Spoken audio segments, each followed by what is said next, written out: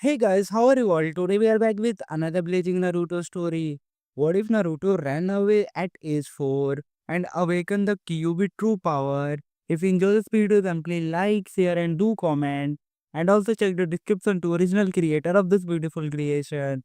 So let us start the story. The usually busy streets of Konoha were deathly silent.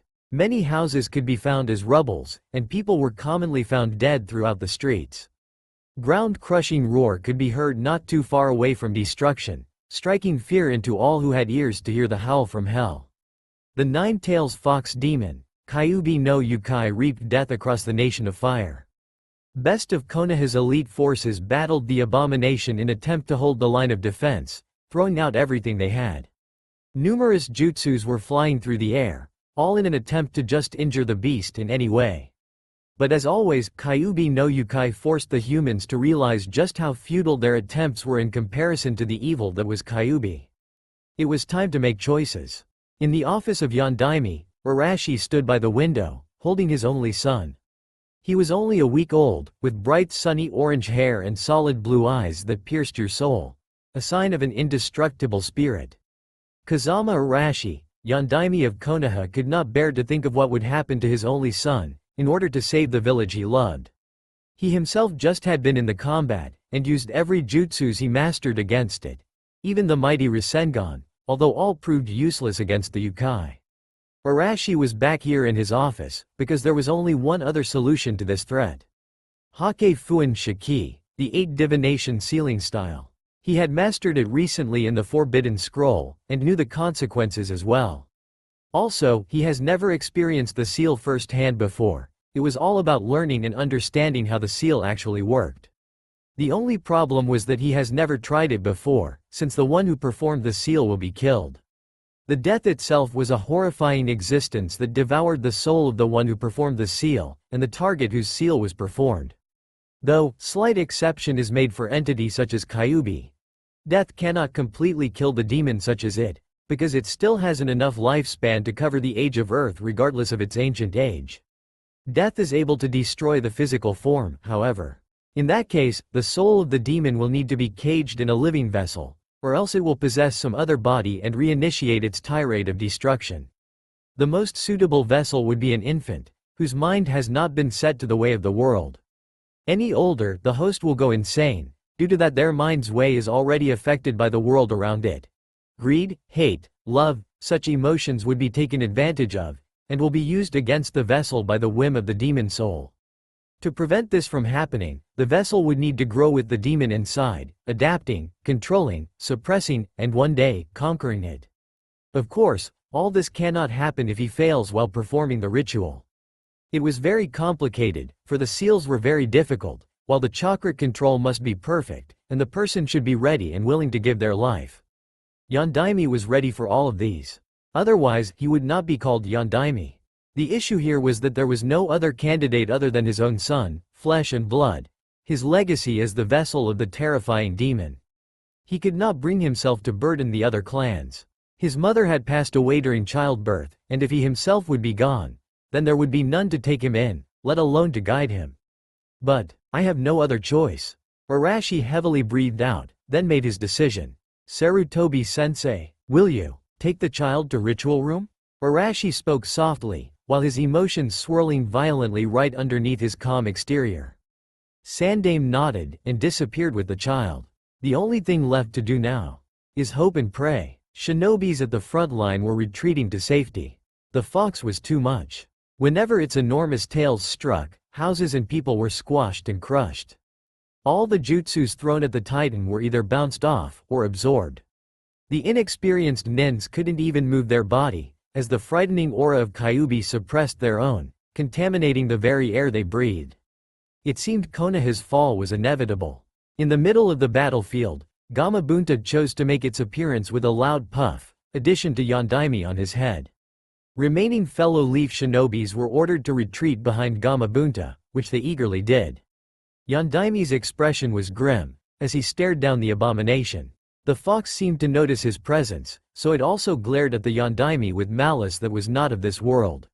Within his peripheral vision, Yondaime saw the Hokage Tower signaling the finish of the setup. Now, it was all up to him. I will succeed. Sandame watched through the windows of what had become of the outcome. To the naked eye, the two seemed to be struggling against nothing, but Sandame knew better. The target and the user would be trapped in an endless darkness around them. Therefore only they would see the sight of death himself. Yondaime seemed to be having a difficult time trying to suppress the demon, as he was almost collapsing. Sandame guessed that Kyuubi already knew of this technique, since it was struggling so hard against the invisible force. It was then, a blinding flash surrounded the demonic figure, as everyone witnessed the body of the monstrous Kyuubi deteriorating. Hope sparked in everyone's hearts, as Kyuubi faltered, but shrank as a terrifying chakra shot out from Kyuubi like a spear and attacked Yondaime. Gamabunta had to move because of the attack, and Yondaime shook a little, but continued nonetheless. Kyuubi continued to dematerialize with a shriek filled with agony, and then finally started to crumble. Everyone cheered simultaneously, as the demon finally disappeared completely. All their joy was short-lived as Gamabunta's gigantic tongue brought down the young Hokage from his back. Sorrow and respect were visible in the Toad Boss's eyes as he gazed down at his respected partner. Everyone gathered around the sleeping-like figure of Yondaime, and then they all recoiled back in surprise. Yondaime was dead. There wasn't any visible wound on his body. He was just simply dead. He looked just like he was sleeping soundly, just that there was no breathing, heartbeat, not even a single movement. Everyone bowed their heads, paid respect for their Hokage, and thought of the ultimate sacrifice the Yondaime paid. It was a tragic day for Konoha. Unbeknownst to all of them, the legacy of the Yondaime who now carried the soul of the chained monstrosity was carried in Sandame's arms, as he thought of the future for the hair of Yondaime. He had planned everything out already beforehand, but there were quite a few unexpected variables to his equation. They were quite formidable, yet Sandame could do nothing against it. The boy's destiny was in fate's hands. 4 years later, a blonde child could be seen crying at the busy streets of Konoha. Any nice or sensible person might ask what was wrong with him, but these people were an exception. They did not spare a glance at the boy, and that was considered being nice. Some would throw hateful cold glares as they passed. Filled with hatred the boy did not understand. Actually, he did not understand any of this. He was told by his uncle, Hokage, that he was sorry that he did not have any time to play with him, so he wandered out into the streets for what you could say the third time in his short span of life. What he did remember for each and every one of those few trips, were that the cold and hateful attitude the people at the streets. Wait, scratch that, everywhere and everyone except Uncle Hokage actually. The adults sometimes they acted like he had itsy bitsy cooties on him, and sometimes they acted like he was some dirty booger stuck on the bottom of their shoes if they seemed particularly moody. He also saw that his peers, and older, found joy in mimicking their parents often when he was playing at the playground, and they also did not like him for these strange 6 whisker-like marks he had on each of his cheeks. Out of all of them, a single boy and his faithful dog companion were especially mean to him. He is not better than me. He had red thingy on his cheeks too. Why did he make fun of me? He thought as he recalled his memories. He just couldn't understand. What has he done to them? Why were they so mean? He could not take the mental abuse, so that's why he sat here and cried. It was then he heard a soft whisper. Boy, do not cry. The boy was so surprised, he jumped up in the air when he heard it, while accidentally bumping into a nearby person walking by. When the boy lifted his head up to apologize, he was met with extremely angry face of the person. He looked like he would eat him or something. He said in a trembling tone that frightened him, how dare you touch me, you filthy monster. With that, the person punched him so hard, that he flew back to the stands behind him. He was about to get back up and apologize for whatever he had done, but met with another painful kick to his face. This one was equally painful, if not more than the first. He was beginning to get angry, but the person didn't seem to stop. He kept saying, you fox boy, over and over as he approached the boy. The boy looked frantically from side to side to look for any sign of helping hand, but found none. He instead found everyone circled around the fight, and enjoying it. They were pointing and laughing, and cheered the person to punch him harder. He felt tears welling. The person's punch proved too much for him as he smacked him repeatedly. Suddenly, he was in complete darkness, void of sense of space and direction. He heard the same voice once again. Boy, do you want power? Absolute, unimaginable power? With it, you can easily kill those meager villagers. You can do whatever you want. Whatever you feel necessary. The boy could not figure out the source of the voice, but that was irrelevant. The voice sounded somehow gruff and soothing at the same time, oddly as it seemed. In the boy's naive mind, the voice was already marked as a trusty one, regardless of any interaction between them. Boy answered, "What's a solu unimaginable power?" He was certainly surprised as he could actually feel the entity shaking its head. Curse the child's vocabulary. Enough of that. Do you hate the person in front of you? The image of person who was beating him flashed before him. The boy's answer was, "What is hate?" The boy felt the entity sigh, and then the voice started to speak again. Hate is, when you feel you want to be mean to someone. That person was feeling hate towards you, so he punched and kicked you. Do you feel you want to be mean to that person? The voice said in a softer tone than before. The boy thought for a good minute, then spoke again. I think I don't want to be mean. I did bump into that person first, but I don't understand. People were so mean to me when I tried to be nice to them. Only Uncle Hokage has been nice to me, the boy said as he put a hand over where his heart would be. He clutched it as if it would fall off if he let go. The boy felt sympathy emanating from the entity within the darkness. The first emotion ever to be shown to him other than this, hate, by anyone else other than Uncle Hokage. The voice did not speak, as if to contemplate upon something. It was a while after the voice spoke to him again. Boy, you will understand in time why they hate you, but do you want to endure this? You could run away from this place. The boy's ears perked up. Run away? The entity seemed satisfied that it got his attention. That's right, boy. Run away from this village. I have vast knowledge beyond your imagination. I could guide you, if you let me. The boy did not really understand what it was talking about, but agreed to it anyways. After all, the voice had to be a trustworthy person. It had not lashed out at him or had been mean to him in any ways, yet. Deep chuckle of the entity filled his head, as it sort of barked and shook his head. Do not worry, boy, I will not harm you.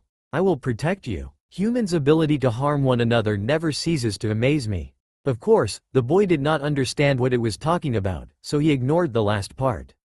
There were more important things to discuss. I have one question. Where are you? I don't see anything. It's just dark. The boy asked to fulfill his growing curiosity about this mysterious being. His voice seemed to be radiating from everywhere and nowhere at the same time. He felt strength radiating from the being. The boy patiently waited until the response came. It is not the right time to reveal myself. You will understand soon enough. Now, here's what I want you to do. Hokage of the Hidden Leaf, Sandaime was still working late at night. He was getting tired from all the demands the people of Konoha were making, but felt proud nonetheless. They have almost already recovered from the Kyuubi's rampage. So far, all was well, except one thing bothered him still. He just heard disturbing news about the son of Yondaime. According to the Anbu members, they said that the boy was beat up to pulp today. Sandaime guessed that nobody helped him. Heck, they probably joined in the beating.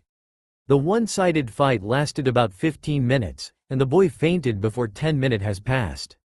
The Anbu told him that the guy was mercilessly beating the child, and the reason was that he accidentally bumped into him at the corner.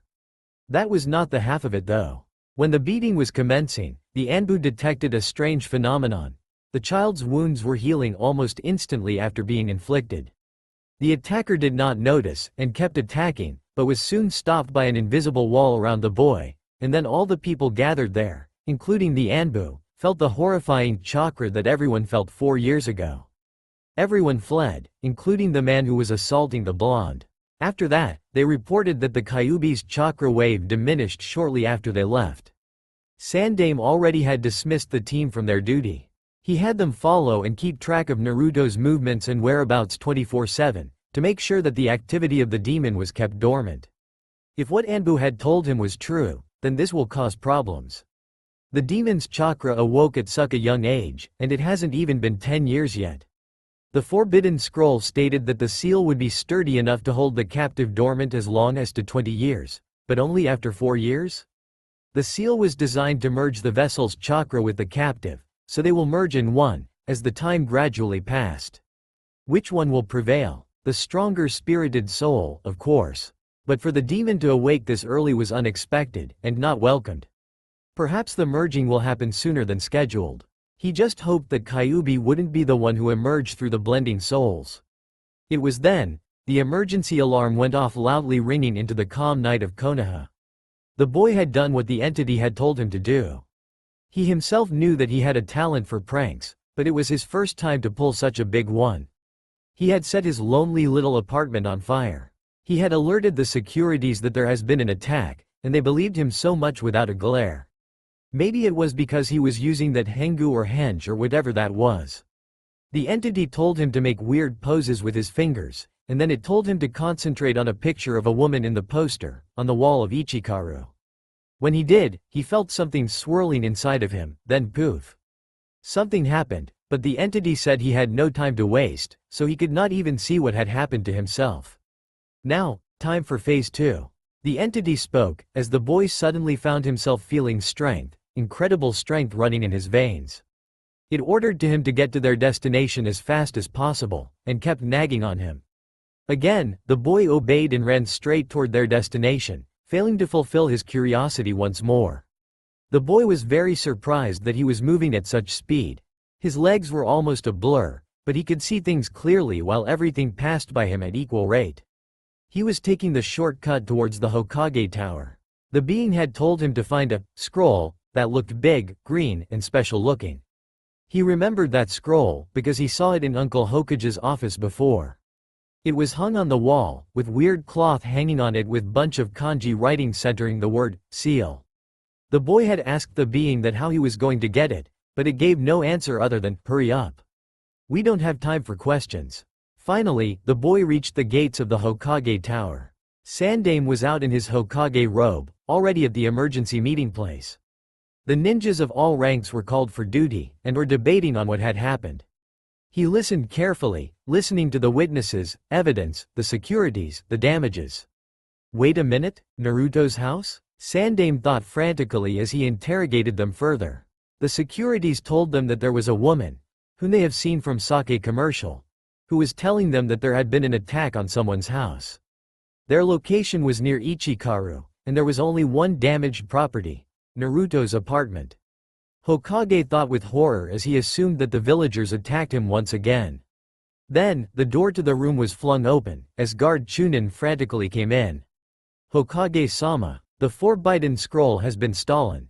The Chunin yelled out as he almost collapsed on the floor. "What? How did you get hold of this information?"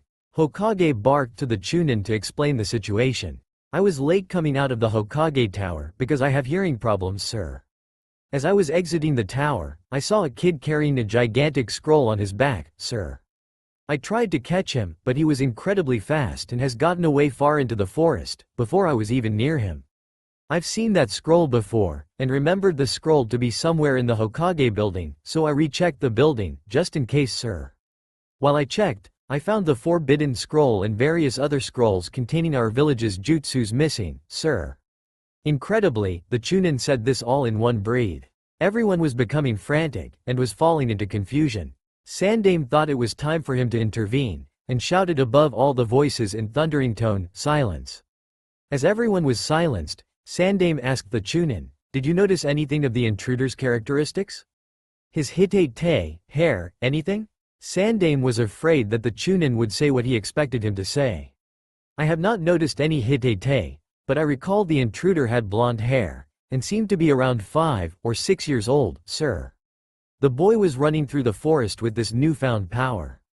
The fact that he was running away from the cold glares of the villagers had struck a chord of joy in him, and also a chord of hopelessness, due to his lack of shelter and guidance.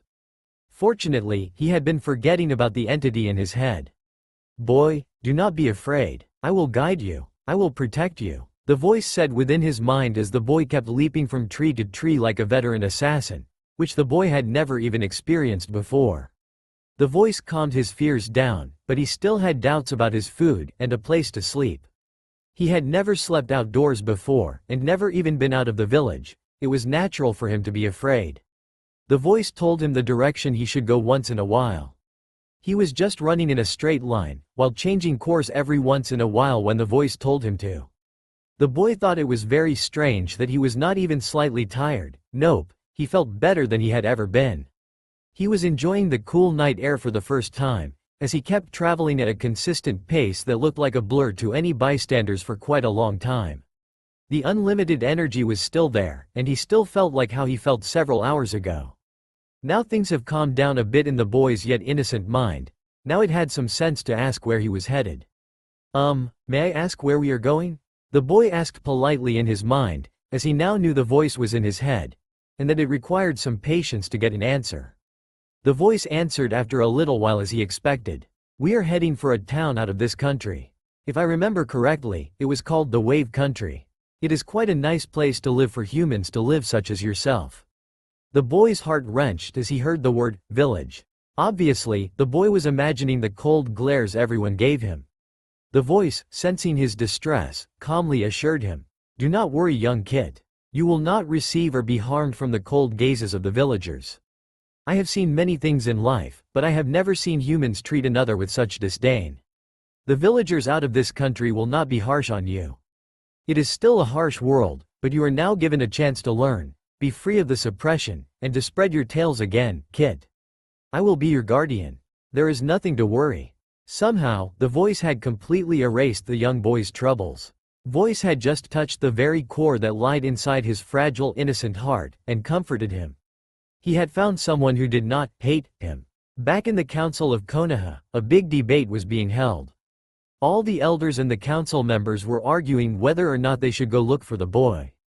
Wait, that wasn't it. The issue was to either label Naruto as a missing nin, against the fact that he was not a ninja, and warn other countries, or just leave it be, and hope that he dies in the wilderness. The only person who favored neither of those options was Sandame. He was in great pain, as he thought of Yondaime, for he had failed his duty to raise the 4th's only legacy, and a person who could be called his grandson. He thought of his stupidity, as he blamed himself for Naruto's leaving. It was because I could not control the villagers. If they had not treated him so, this would not happen.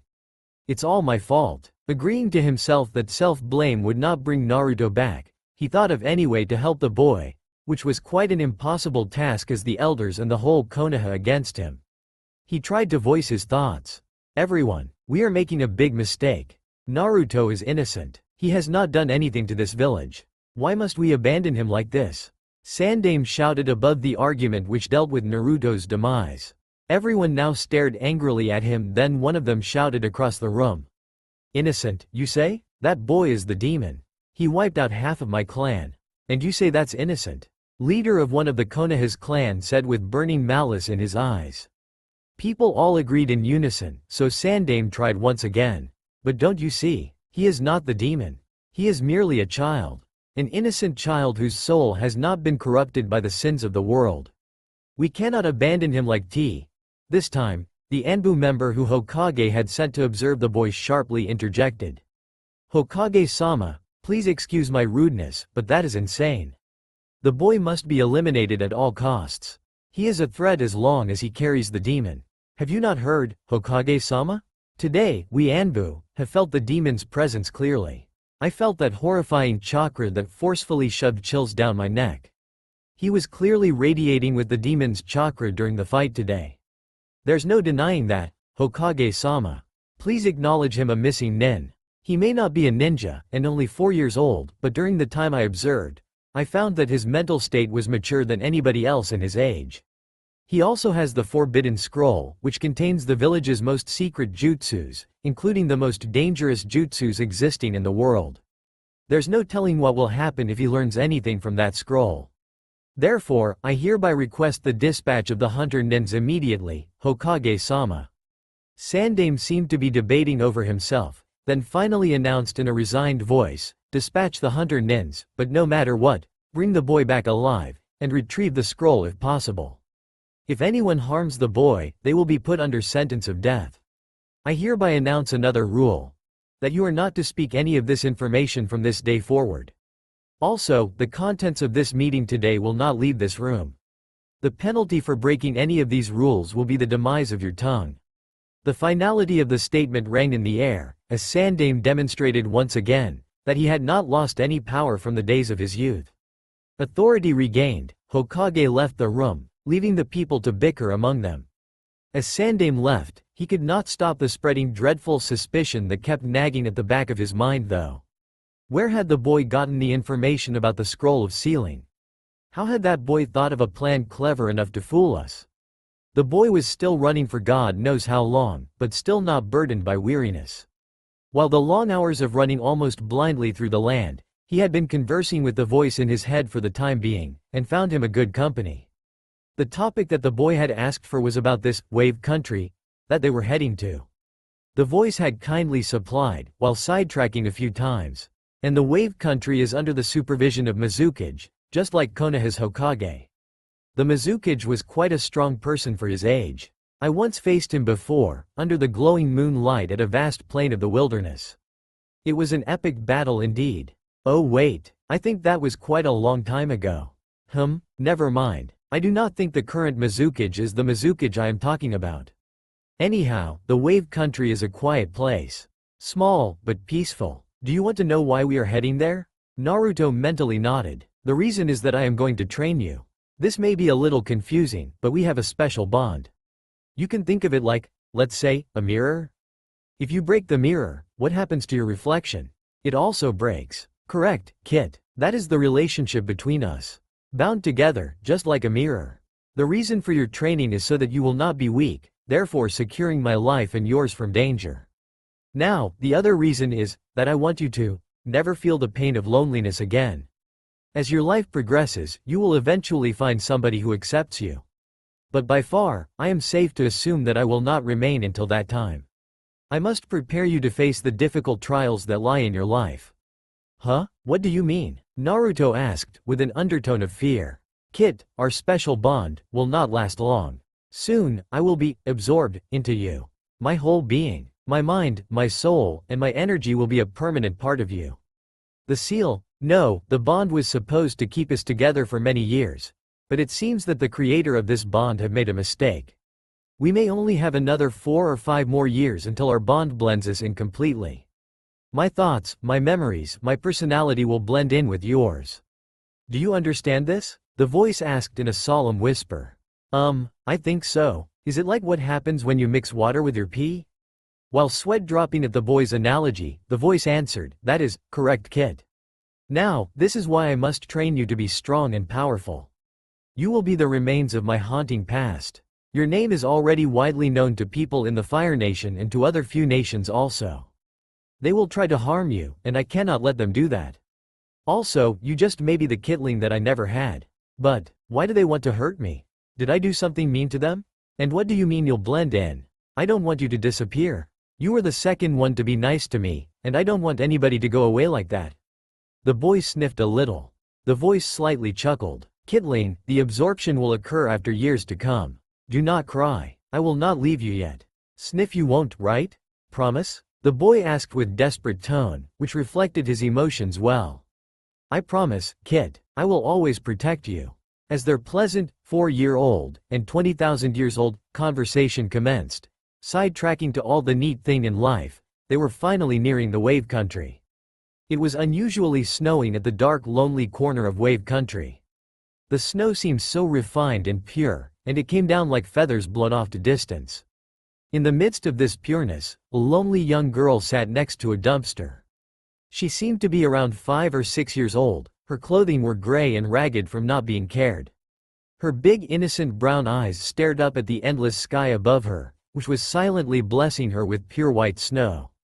The girl stood up, as she thought of her bloodline limit that has ruined her life. She felt like nobody wanted her. The loneliness that crept into her young and pure heart was almost unbearable. It was a pain that not even older people could endure, but she had to face it at such a young age, and learned to cope with them by bracing herself, and thinking of the happier times. Times when she had a happy family. Times when she felt like she was the happiest person in the world. Times when her parents still lived. Until that fateful day she learned of her inheritance. Her mother had slapped her for having such power. It was a supposed secret, and apparently, her father did not approve such dangerous capabilities. This discovery led to the downfall of once happy family. One day when the girl returned home from playing at the fields with snow bunnies, She found many people from the snow village, and her father, standing over the bloody form of her mother in the living room. Judging from the wounds, it seemed she was beaten, slashed, restrained, and various other tortures were apparent. The girl could not apprehend the situation, and ran toward her mother, only to be punched down by the person she had called father. As the villagers approached her, she felt something within her awaken, an immense power, that was only gained by advanced inheritance. Thus, the fearsome ice spiraled around her rapidly in a geometrical shape, which would have been called a beautiful and magnificent sight by some bystanders, suddenly enlarged and pierced every possible corners of her home, killing all who reside within at the moment except the girl. She promptly fainted after such a usage, but when she awoke, she could not hide her sadness. She saw her father hanging from the ceilings with his stomach pierced by one of the ice spikes, his guts adding blood to the Red Sea below. She looked around, and saw the massacre surrounding her. She felt immense guilt, and felt loneliness for the first time. The girl shook her head, trying not to remember the sad and lonely memories which threatened to consume her. It has been a while since she promised herself it was time to move on, but her mind seemed to resist change. It always brought bad memories and nightmares when she slept, and even haunted her sometimes in daylight. Haku started walk to random location, trying to forget her painful memories. When Naruto actually got into the village, it was well past sundown. Wow, this place looks a lot different than home, Mr. Naruto thought as he was approaching the Wave Country's entrance. The gates were not big as Konoha, but still quite large nonetheless. Boy, do not call me, Mr. The voice called back somewhat angrily. Naruto asked the voice, then, what's your name, with all the innocence that came as a bonus for being so young. Kyuubi will do. The voice replied. Naruto thought for a moment and then decided. I think I'll call you Kyuubi-san. Naruto did a little mental dance, chanting, Kyuubi-san, Kyuubi-san, over and over again like a broken record. The voice seemed to have dropped the matter, and did not protest against the boy's decision. After all, it did sound homey. As the boy entered the gates, he looked around all over the place in wonder and amazement, until he was stopped by some guards. They grabbed his shoulder, and turned him around harshly. Hey, kid, what is your business here? The guard asked in a business-like tone. I don't know, Naruto answered slowly in his timid voice. The guard shook his head. Are you with anybody? Where are your parents? The guard asked again suspiciously. My parents are not here. Naruto replied sadly. The guard didn't notice this, and pursued. Did you get lost, then? Do you want to go to the police station? Naruto interrupted in a sadder tone. My parents are not here anymore. I've never seen them before. The guard seemed to catch on now, as a look of pity entered his eyes, and his attitude took a 180 degrees turn. Oh, there, it's all right. I've lost my parent too. I still remember them as the most precious people I had in my whole life. The guard stated, taking a nostalgic look while trying to comfort the boy. Naruto's attention span caught something and asked, what is a precious person? With free, additional childish charm. The guard seemed to be thinking for a moment, and then answered slowly. A precious person is, I don't know how to say this, but, a person you really like. The person you love. Naruto tilted his head to one side. He did not understand the concept yet, and was oblivious to the fact that this was one of the most important knowledge you could get during your lifetime. Anyways, kid, I gotta get back to my duty. You can have access to Waver Country. Think of it as a gift, kid. I'll be going now. The guard went back to his post as he said goodbye. Naruto thought, wow, what a nice person. Back at home, they never treated me like that. The voice in his head seemed to have read his mind. And spoke. They do not treat you so because they do not know of your secret. Back at your home, everyone did, and hated you for it. There wasn't anything that lured you to a fault. They are hypocrites. Do not mind them. That was why you have left in the first place. Nodding again, young Naruto had let his curiosity be his guide as he wandered around the town in fascination. As he was about to take a turn, he noticed a white, cold, angelic substance softly falling from the sky. Huh? It's snowing. Snow was still falling softly. Haku was still wandering about randomly in the streets. She had nothing to do, but to salvage some food somewhere when she got hungry. When she turned a corner, she saw a little puppy, and ran up to her. Haku felt slightly happy as the puppy ran up to her as if it liked her. Her happiness was short to last, as the puppy's mother blocked its path from reaching her. The mother looked back up at her with angry defensive eyes that warned her not to go near her puppy.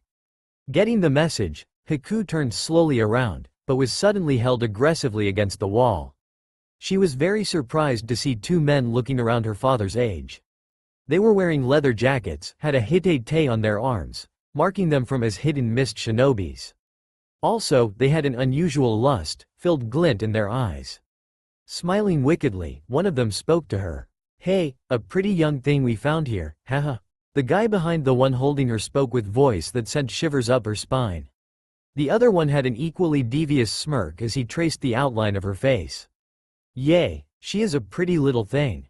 I wonder what she tastes like." The man's breath came upon Haku's nose as he said those words. The breath was filled with alcohol, and frankly, Haku was afraid. The man's proximity was scaring her more and more by the second. The guy behind him came an equal distance away from her face. Haku did one thing that automatically came into her mind. A frightened shriek filled the cold, chilly air of the night. "Ah, I don't have any money," Naruto thought as he stared at the denbura, a.n. seafood thing, stand longingly, wishing upon a star to grant a miracle so that the delicious food would be down his stomach. He had not thought about anything financial, as he did not need to worry about those things before. Uncle Hokage always did something, and he would get food without paying. Now, he wished he had some yens with him, for he was hungry. Mister, can I have some denbura?" Naruto asked, using his politeness to maximum. The owner of the denbura stand looked down at him. Those are 2,000 yens for 8 sticks, soup included," the owner said as if he knew that he had no money to buy the denbura. Naruto, obviously sensing the denial of his little request for food, slumped his shoulder as he walked away from the stand with one last lingering glance. "I'm hungry, gruel." It seemed his stomach agreed also. Indeed, hungry. Hungry, hungry, hungry, hungry, hungry. Naruto made another one of his little childish mental mantra of his own to emphasize on his need, and by chance or not, the voice, now known as Kyuubi, evidently snapped. "Kit Ling, grant me some private time of my own. I cannot stand your chance. Are you at the absolute breaking point of your hunger?" Too bad Kyuubi wasted his breath. "Huh?" That was Naruto's brilliant reply. Kyuubi could only shake his head. "Alright Kit, alright, I think it is time I teach you the basic surviving technique, hunting." Before Kyuubi could go into details about how to hunt snow rabbits, he was interrupted by a sharp, fear-ridden scream, piercing Naruto's eardrums.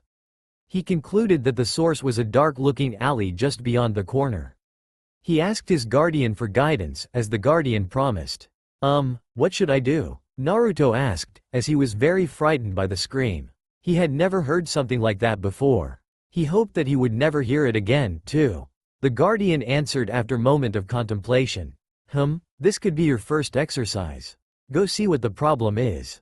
Also, always remember to watch your back, Kit. You must be always aware of your surroundings."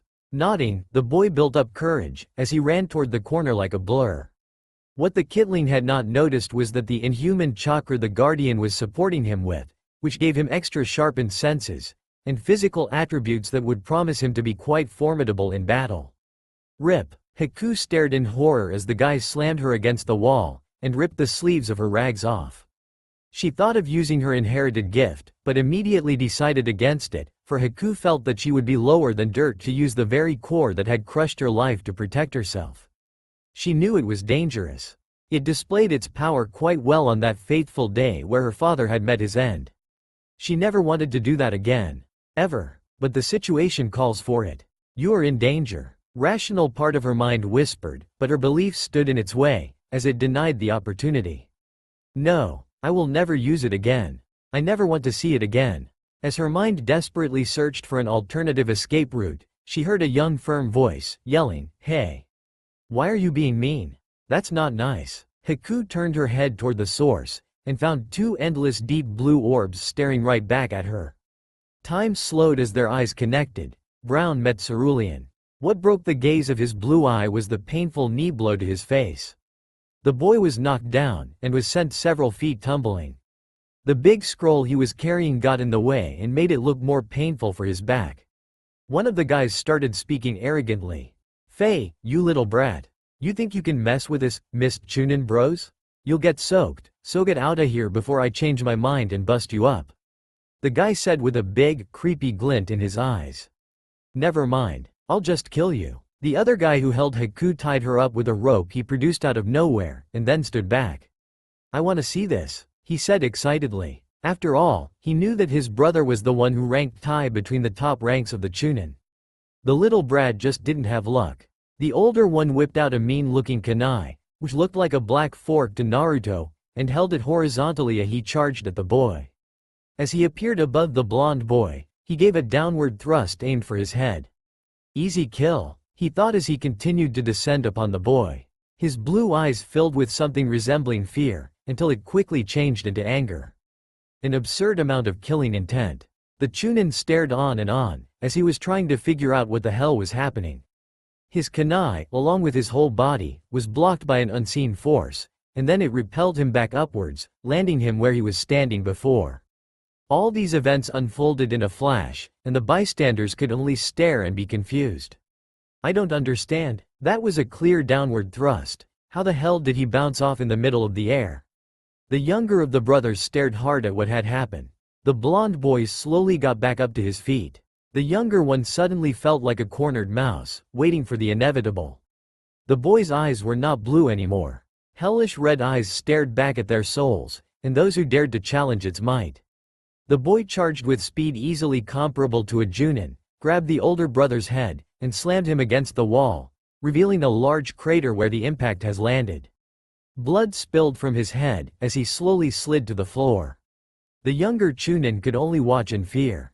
His said-to-be a prodigy brother has been eliminated in half a second. What chance did he stand? The boy now slowly turned his head toward the remaining two, staring at them with bloodlust. The younger Chunin was frozen in place, and the girl was just sitting there, eyes wide. A large grin revealed canine fangs of the boy, as he picked up the sharp kunai from the motionless hand of the older Chunin. He traced the sharp point of the blade delicately with his small index finger. Then, without warning, he threw it at the younger Chunin's head. He didn't even see it coming. The force behind the throw was so massive, that the kunai pierced his head, continued toward the wall, and created a hole size of the Chunin's head on the alley wall. Lowering to his knees, the younger Chunin clutched his bleeding, empty face as if to question what had happened, then he slumped on the ground, never to move again. Now all that was left was the girl. She stared at the predator. A once innocent-looking blonde boy she witnessed few moments ago was nowhere in sight. The young boy was physically bigger now, though not by much. It made him look like 8 or 9 years old, in contrast to a young, 5-year-looking boy she had seen moments ago. She mentally noted that he looked like a fox, with those marks that resembled whiskers and pointy ears. Haku prepared for the inevitable death, which she expected any moment now. It didn't come. The blonde boy's blood-red eyes returned to deep blue color as it has once been. She could actually see his body shrink just a little bit back to normal proportion of a young child. His ears became more human-like, as his spiky hair relaxed to normal, carefree way. His blue eyes bored into her brown ones once more, as if to question her existence. After what seemed like eternity, he slowly turned his gaze to his red-stained hands, and looked disbelievingly at the tainted blood. Haku thought he would burst into tears or something, but did not expect him to calmly wipe his hand on his pants, if not a little shaky. He stood still contemplating for a moment, and then the blonde boy walked to her petite figure. After an awkward moment, he introduced himself and apologized. Hello, my name is Uzumaki, Naruto, and I'm sorry you had to see that." He ended his awkward introduction as a quiet whisper. Haku really didn't know what to say, but her mind went on autopilot told her to whisper a, "Thank you, for saving me?" The boy seemed taken aback for a second, as if he didn't expect her to say that. After a look of contemplating crossing his face, he took off his blood-stained crimson shirt with spiral on the center, and put it on her instead. He quickly explained himself to her inquiring look, because. "You seem cold, aren't you cold? It is snowing." The boy scratched the back of his head, then answered, no, I'm fine, really. Now, the boy asked her, is there any place I could sleep? I'm kinda lost. Now, that was what least of what she had thought he would say.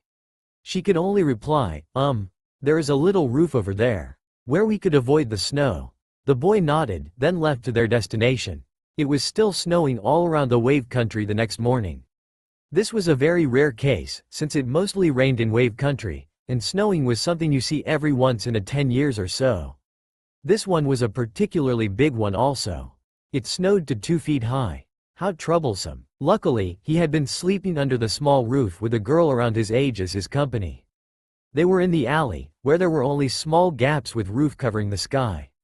The roof had blocked the snow from falling on them, but that didn't mean that they weren't cold. The harsh wind blew across the alley with unnerving fury which would make any hard man shiver. Even though he didn't find himself cold for some reason, he hoped that the girl was shielded from this menace. Speaking of the girl, he hadn't noticed last night, but he found her weird. He felt he could trust her while also subtly feeling himself being attracted to her. Even Kyuubi had agreed with him too. He chuckled and said, "It seems you are not completely depleted of luck for females." Naruto shrugged and asked what he was to do today. He had no idea, because all he did yesterday was running. Incredibly fast too, but that was beside the point. First, we will find a shelter suitable for our stay, and then start our first training session. Since I have forgotten about the human currency, it seems hunting will be your first lesson. After all, it is quite vital, and even though I can protect you from being weary, I cannot protect you from hunger. Snow rabbits should be plentiful this time of year. Kyuubi stated as if the rabbits were the most mouth-drooling food in the world. Naruto sort of detested the idea that he would kill rabbits, since they were so cute, but he found a surprising amount of want for the little white rabbits. He wondered why, because even though he found them adorable, when he pictured the images of the white bunnies, his mouth would drool and he would be thinking of how the little being's flesh would feel inside his mouth. Kyuubi sensed boy's confusion, and explained, "Rabbits are one of the favorite meals of fox. Kit, we are wild foxes. Unchained, untamed, and only controlled by our will and ours alone. It is about time you tasted the delicious meal, even though you would probably prefer it cooked." Ah well, that would be the nature of all kitlings. As Kyuubi explained, the boy was even more confused than before. I am a fox? I sure don't look like one I saw in the picture book. They have pointy ears and sharp teeth too. Kyuubi slightly smirked as he marched onward to conquer the young curiosity. You are a fox. A very rare case at that, but by the moon, you are a fox, kitling. Still young, but a fox indeed. Kitling, you may not look like it on the outside, but on the inside, you are a true fox. You will go down in history as the greatest kitsune ever to exist, one of these days. Humans have detested you for being so much alike with the kinds of the forest. You are great and clever at pranks, and that you are so intelligent and mature for your age, are the proofs that you are a fox. Always remember this, kitling. It is one of the most important lessons in many that I will give you. Never forget who you are. Naruto slowly nodded as he soaked the words in his mind like a sponge, and comprehending them. Some words he did not understand, but he got the message. Doubts have once again flew away like a feather on northern breeze. Now on to the next matter. What about her? Naruto asked as he moved his gaze to the sleeping form of the small girl across the wall. She was rolled up in a comfortable position, and was sleeping quietly. So quietly, that only indications that she alive was the light, rhythmic movements of her chest, along with his shirt mirroring her movement. I am not sure what to do with her. I think you should ask yourself on this one.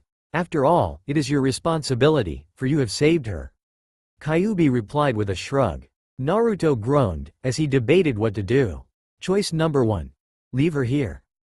Personally, I would prefer this option, since I think she would be a burden for us anyway. Kyuubi threw a comment bluntly. Wondering why this caused him to frown, Naruto continued. Choice no 2. Take her along. Single quote ellipsis. I'm afraid this would be your choice, since she probably doesn't have anywhere to go. Ah well. Take her along, if you will. Kyuubi threw another one of his 2 cents on the option. Thank you, Kyuubi-san. I was a little afraid when you said you liked to leave her here. Naruto said in a relieved tone. As he let out a breath he didn't even realize that he was holding in anxiousness. We will see, Kit. Remember, it is her decision as well. Naruto nodded, acknowledging the fact that had been overlooked. While Naruto was having this mental discussion with the entity inside his head, Haku awoke. She had instantly fallen asleep last night as soon as she had gotten in a comfortable position, since she was dead tired for some reason. All the memories from last night were fuzzy also. All she knew was that she was in trouble last night, and then somebody had saved her. Her brown eyes blinked as she looked around her surroundings. The first thing she saw this morning was a mass of fuzzy blonde hair, spiking out at every direction. So he was the one who saved her. Haku tried to remember his name in the hazy storm of her headache. Uzumaki, Haruto? No, Naruto. There you go. That sounds about right. Then she remembered that her clothes were ripped, although she thought it was odd that she did not feel cold as much as she should have. She then noticed that her torn gray clothing, which resembled something like a shirt, was now replaced by a crimson shirt which looked fairly new. Even though the material itself was crimson red, bloodstains were distinguishable among the redness. Wondering how it got there, Haku turned her gaze to the blonde boy 2 feet across from her.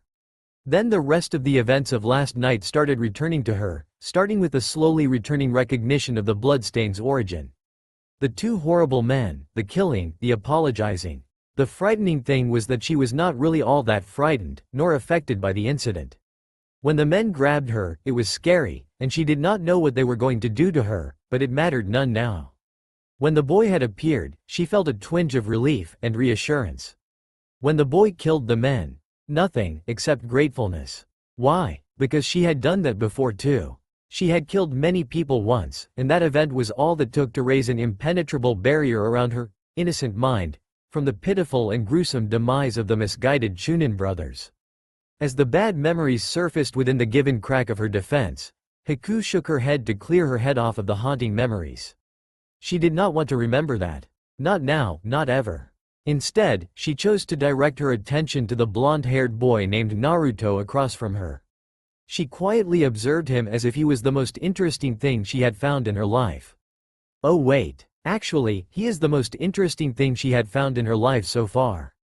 Even though he wasn't wearing clothing on top, due to his generosity to give his own to her, he was not shivering, nor giving any sign that he was cold. He just sat there, against the big thing he carried, while gazing at the wall across with unfocused eyes, indicating that even though his body was here, his mind was actually somewhere else. Haku knew that state of mind. She had been in that realm many times before, especially after she killed her parents. Whoops, the haunting memories rose again, with unstoppable force this time. Haku closed her eyes as she tried her hardest to block the terrible pain the memories brought. The memories were uncontrollable, just invading her mind when she was widely awake in daylight, to the deep dark realms of her dreams. Once the horrible stampede started, nothing was able to stop it until she relived the whole incident, from beginning to the end. Usually, no one cared that she was having a mental assault, and none tried to help her out of it. But this time, it was different. A gentle shake of her body broke the tirade of the unforgiving memories. Haku squeaked an eye open, and saw the electrifying blue eyes just a few inches away from her own. Something she had not seen for quite a long time filled them. Worry. His blue eyes were filled with worry as he woke her up. Nobody had ever shown that emotion since the time she had left the village. Everyone was too busy to feed themselves to care for an orphan child like her. To sustain her cursed life, she had to rely on catching unsuspecting rats or leftover food from dumpster. As a bonus, nobody cared. Now, Haku opened both eyes and stared at the boy. It was a while before her brain registered that the boy had asked a question. Huh? Haku replied with confusion ruling over her. The boy repeated himself. Are you alright? You were crying? Did you have a bad dream? Haku stared dumbly as her right hand reached up to her face, and found that she had been indeed crying. Why, yes. I had a very bad dream. It was very scary. Haku said, slightly dazed, as she was still very surprised. It had been weeks since she cried. She had never cried in her dreams before either. She was very frightened and felt headaches but never tears. They never came before. The boy seemed at loss to what to do. Okay, do you mind to share your dreams? Kyuubi-san says it helps. Naruto said uneasily, as if he was sitting on a needle pillow. Haku thought it was strange, because the boy was looking like if Haku touched him, he would explode or something.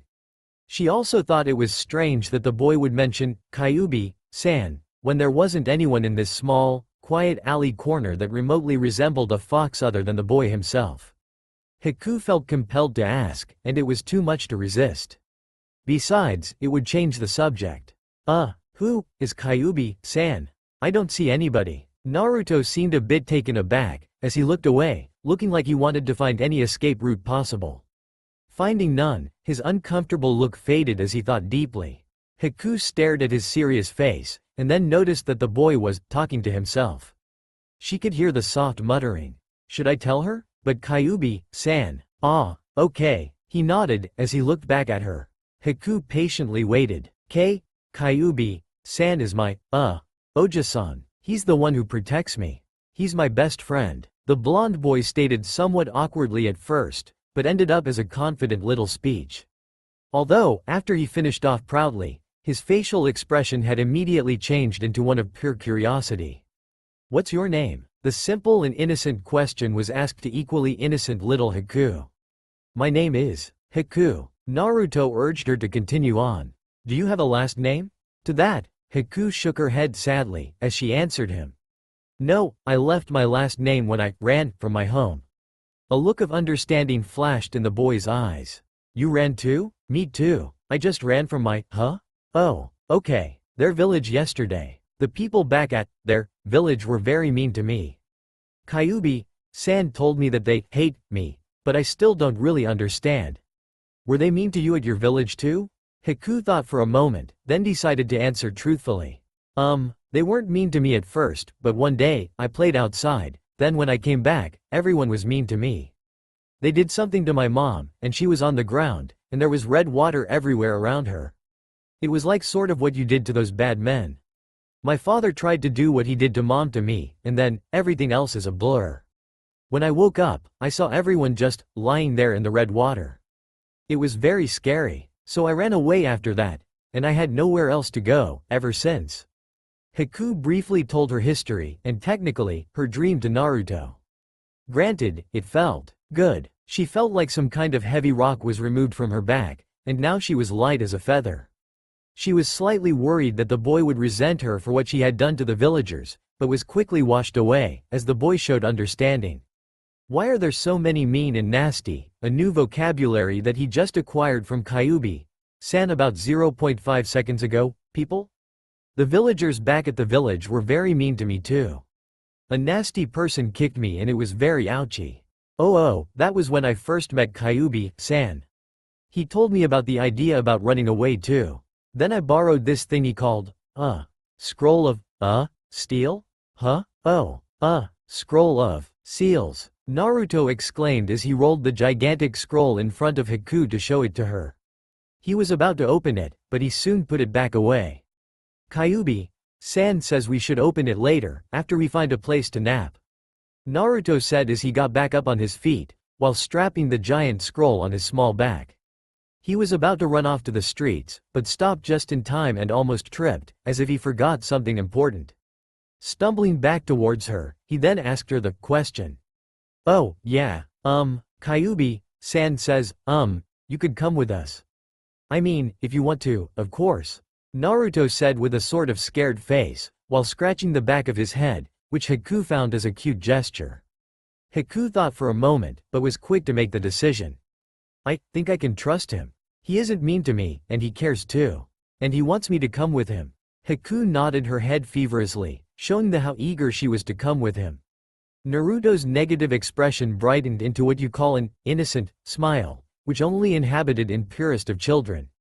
Haku's lips mirrored his momentarily after. Together, hand in hand, both young children left the solitude of the dark alley corner, to the bright, yet dark and harsh world of Wave Country. Hey, are your eyes burned off their sockets yet? Oh well, thank you for your patience to read it all the way here. Well, there's a little more, but we'll get to that. Endless Rage is currently on hold, cause my dad forbade me from writing fanfics for like 2 months, but I will get back to it for the people who reviewed. Thanks, y'all. Oh yeah, my beta reader pointed out that Naruto and Haku were a little too mature, But that's what happens when you kill a horde of people and carry a living demon inside. If you have any questions, please write on review or email me. Uchiha Sasuke, the last, living prodigy of the feared Uchiha clan, sat on the railing of the bridge, waiting for his damned sensei to arrive. Team 7 had been called this morning to their usual rendezvous spot to receive their next mission. As always, they were very punctual, even though they knew their teacher wouldn't be so. Sasuke sighed as he noticed the gaze filled with obsession directed to him, like so many times before in his short lifetime. Sigh, Sasuke-kun, that damn annoying Sakura. When she was selected into Team 7, Sasuke would have given almost anything to make her stay 20 feet radius away from him, thus preventing the massive groping and all that. She was obviously overjoyed that she was in his team, instead of the Ino pig, or so as she states. Personally, Sasuke didn't care who was on his team, as long as they weren't wasting his time. Sakura didn't seem to realize that she was just another empty airheaded girl to him. Twiddle twiddle. Then, there's the other temporary member of the team, Hyuga Hinata. Her first impression was, well, timid to put it mildly. From what Sasuke could see, she was one of the most pathetic girls he had seen so far, despite the fact that the name, Hyuga, meant she was one of the most powerful clan in Konoha. He couldn't see how they were so powerful and fearsome, even if they wielded the Byakugan. She had absolutely no confidence in herself, and she was intimidated very easily. Why is she here again? Oh yeah, the reason that she was a temporary member of the Team 7 was that the original member, Momogore Hate, had to take a trip, literally. How ridiculous could it get? That clumsy fool tripped on a rock for God's sake. The unfortunate, unbelivable result was his face painfully plummeting to the ground, while twisting his arm in such a grotesque way that it broke in 4 different areas. HMPH. Serves him right, a month of physical therapy. The only exceeding humiliation was Hinata's teammates apparently, while they were doing a D-rank mission where they had to help move the furniture of an old lady, the dog boy also tripped over the foot of that. Shino, was it? Anyhow, the dog boy and his load of heavy furniture had met Shino and his heavy load of stuff, causing quite a ruckus, with close to fatal injuries that may take several weeks to heal. From what he remembered, it was several broken ribs, arms, and a small fracture on their forehead. Sasuke was sure of it that it was the Inuzuka who had caused the whole thing in the first place, even though according to Hinata, the dog boy had claimed fiercely that it was all Shino's fault that all that had happened. Why? 'Cause Shino was second best in the academy, only outperformed by Sasuke, and Sasuke knew that the silent boy wasn't clumsy like somebody he knew. Sigh, but at least that moron was better of a teammate than her. Momogore Hate, a ridiculously clumsy fool who wouldn't last a day in a kitchen.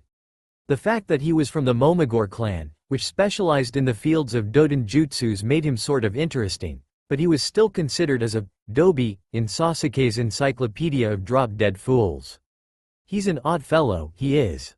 For one thing, he wore a thick mining goggle that revealed his mischievous eyes only when it was exposed to direct sunlight. His hat resembled something close to safety helmet, only it wasn't.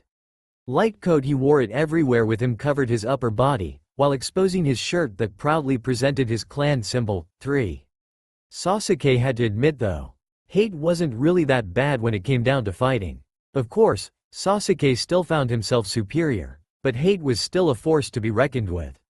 He had proven that point well when Team 7 was tested by their silver-haired sensei to see if they were worthy to gain the title of the Genin.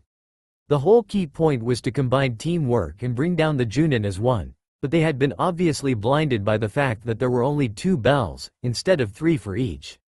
Thus, greed for the title of Genin had led to individuality and ultimately, defeat. Sasuke had acted first, using his Kaiden jutsus, but the Junin had easily dodged and waved off his traps. After the attack had commenced, the Junin immediately used Doden Shinju Zanshu no Jutsu and dragged him underground and thus giving him no time to recuperate. That was when Hate made his move. Sharp Doden Daku Eigyo no Jutsu rang in the air, as Hate suddenly popped out of the crouched Junin, who was in the middle of taunting the Uchiha boy. The kunai that came down aiming for the Junin's spinal cord had met its target, but only for a moment. A trimmed log had replaced the Junin's place and took the hit, acting as an element of surprise to hate. He flinched, and that was all the time the Junin needed until he was behind him, with a tiger seal. Everyone thought he was going to use a Kaiden jutsu, which were quite dangerous and painful from that point-blank range, even if it was the lowest level of Kaiden jutsu. Hate had done his best to form the necessary seals in a millisecond, for burning alive by his sensei wasn't in his agenda for the day, and used Daku Aigyo just in time to dodge the feared attack, but it wasn't what everyone expected it to be. It was just a really powerful Aspoke, instead of the feared Kaiden jutsus of the Uchiha clan. The Junin's sweat dropped sadly as he noticed that he had missed the target. Although hate was underground, the Junin knew what to do. He carefully observed his surroundings carefully, looking for some odd-looking shadows sticking out of the picture. Unfortunately, he had not noticed any suspicious-looking thing except for the hole the Uchiha's head has been occupying before. Huh? Wait a minute. Just as the thought struck the Junin, both pre-genins jumped from the ground at their pre-sensei. Even though they would have landed on the Junin if they had been given another half a sec, they were knocked down from mid-air with two palms striking their chest. As the genins expected the inevitable failure, the Junin's one visible eye was curved into a smile, as he happily announced that they had passed the test. After he explained that the point of this whole exercise was teamwork, Hate suddenly noticed that the third female member of the team was missing, and exclaimed. The Junin blinked at the statement. He had not even seen the girl during the exercise. Luckily, they did not have to search far to find her. She had apparently fainted due to her lack of nutrition and at the sight of her beloved Sasuke's head sticking out the ground, as if he were some gourmet meal served on a silver platter. Sasuke slightly blushed, while shaking his head like he was disappointed with her to cover up his sudden blush, while the Junin had shook his head for her lack of ability. Although, the Junin's visible eyes slightly widened just before blinking several times. Hate had just gaped at her, with his jaw dropped like a sack of potatoes. All while blushing like hell. Sudden, kya erupted from the girl as she hastily pulled down her red dress to cover herself, while punching a dazed Hate square on the jaw. It was very fortunate that he had collected his fallen jaw on time. It would not have been pretty being punched there while it was still hanging. Still, Hate's body was not as fortunate as he soared through the sky of Konoha like a rare comet, and painfully crashed on the roof of a nameless house. Sasuke still wondered how Sakura had managed to notice their gaze while being unconscious, and all that ridiculous strength in her punch, for that matter. She never seemed to be the muscular type. Afterwards, they have been doing nothing but missions that were rank Ds and occasional Cs for last couple of months after they had been sorted into genin teams. They have varied from babysitting to searching a useless cat in the middle of nowhere, and it certainly wasn't worth his time. To add to that, Hinata's team had been combined with Kakashi's team for some reason. Temporarily, Sasuke reminded himself. I didn't think the team arrangements would be changed just because the majority of their teammate was injured. Could it be that Kakashi did something? I wonder why? And why the hell am I wondering about this anyway? Waste of my time. Yes, it was a waste of time. He had other things to do, like becoming powerful enough to kill him. There hasn't been a day since the incident when he would not be plagued by the nightmares of the murder, frightened by lifeless eyes of his parents, and by him. Sasuke had always planned his downfall since the day he left him here all alone. He still remembered the last words from the devil before he departed. Foolish brother, if you want to kill me, then hate, spite, and survive pathetically, run, and cling desperately to life. Sasuke felt his emotions rising just by that memory, so he suppressed the rage and hatred he had contained for 6 long years with pure will like he always have. Damn, this mission better be worth it like he said. Where is that goddamn Kakashi? Sensei is anyways. Exasperated, Sasuke turned off his automatic mental tuner, only to be greeted by Sakura's heart-filled gaze on him again. Suppressing the urge to gag, he decided that when that Kakashi arrives, he would let the hell loose for making him endure this torture incomparable to anything of this mortal world. It was also justified by the fact that Kakashi had been 5 hours late, just like any other day. Sasuke had enough of it. This test of patience, as Kakashi put it, was too much for him. Wasting 5 hours a day, listening to that moronic girl babble in front of him wasn't exactly what he would call a wise use of time. Those 5 hours were a big chunk of his day too. God damn it, As Sasuke unconsciously prepared the seals for Kaden Gukakyu no Jutsu, Kakashi appeared with a puff of smoke above the gate of the bridge. Yo, sorry I'm late. You see, I saw this lady tripping over a rock, so I had to get her to the hospital.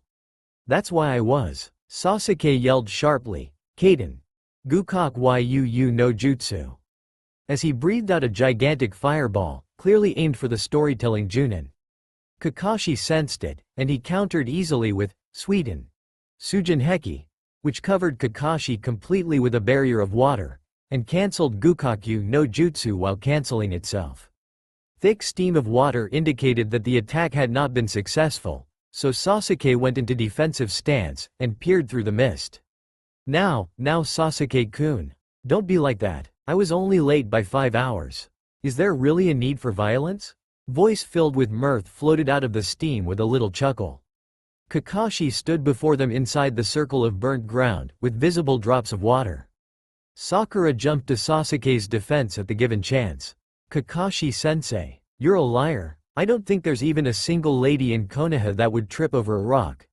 Seriously, it's a ninja village. Cutting into her irritating ranting, Kakashi amusedly stated, but hate tripped over a rock. Doesn't that count? Sakura blushed at her flawed explanation, but only for a second. Indeed, Sakura was a master at verbal offense and defense. Or more like barrage of words that could make some people crawl under a rock purely out of annoyance. He doesn't count. He's not a lady. Besides, even if you did do what you have said you've done, it doesn't take 5 hours. Sasuke-kun has the right to get pissed. How would you feel if you were waiting 5 hours a day doing nothing? Even though Sakura was saying those things, she was actually pretty grateful for 5 hours that they had to wait for Kakashi every day. She could ogle at her Sasuke-kun for 5 hours straight alone. Well, not exactly alone, cuz Hinata was here too, but she didn't count because she was so quiet. I think he was reading that perverted book of his. Inner Sakura furiously punched the air inside Sakura's mindscape, enraged at the thought of anything concerning perverts. Kakashi shrugged it off in a way only he can that could be translated to some people, I don't care cause you're insignificant, and droned on. Hokage-sama has requested our presence. I'll meet you guys at the tower. Puff. Sasuke gritted his teeth so hard that his jaw muscles bulged out. Although he was irritated beyond the point of calm exterior, he had no choice but to follow his sensei. Even though Kakashi appeared to be an asshole, and he is, most of the time, he was actually one of the most powerful ninjas in Konoha, and not to mention quite well known too.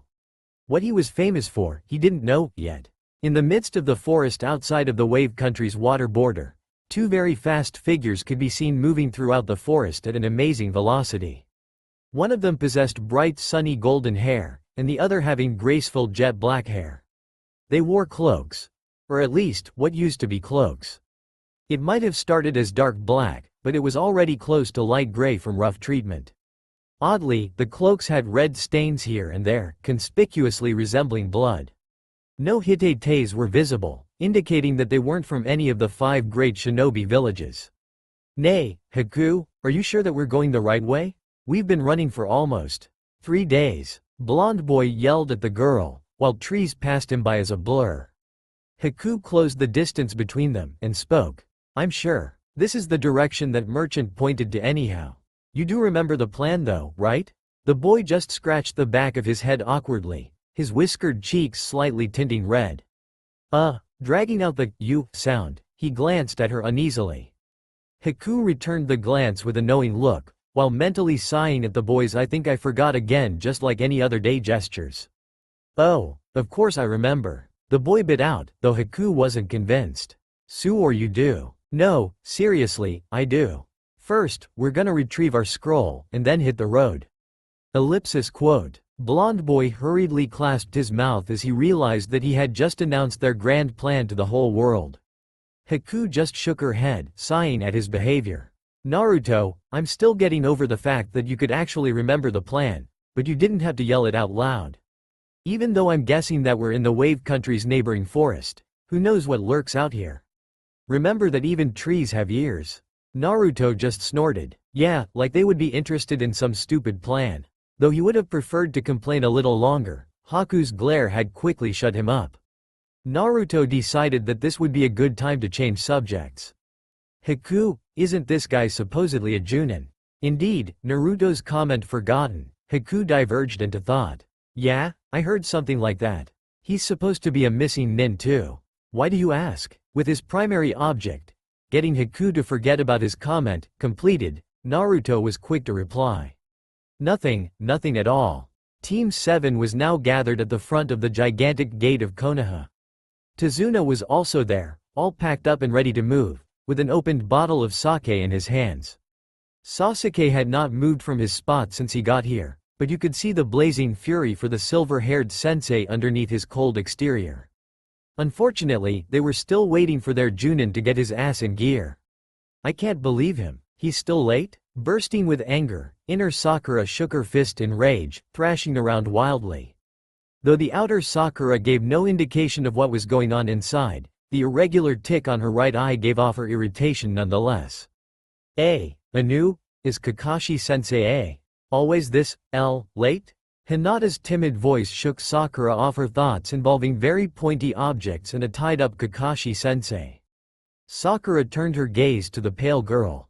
Why's she so nervous? Single quote. Sakura decided to smile, in hopes of enlightening the girl's emotions.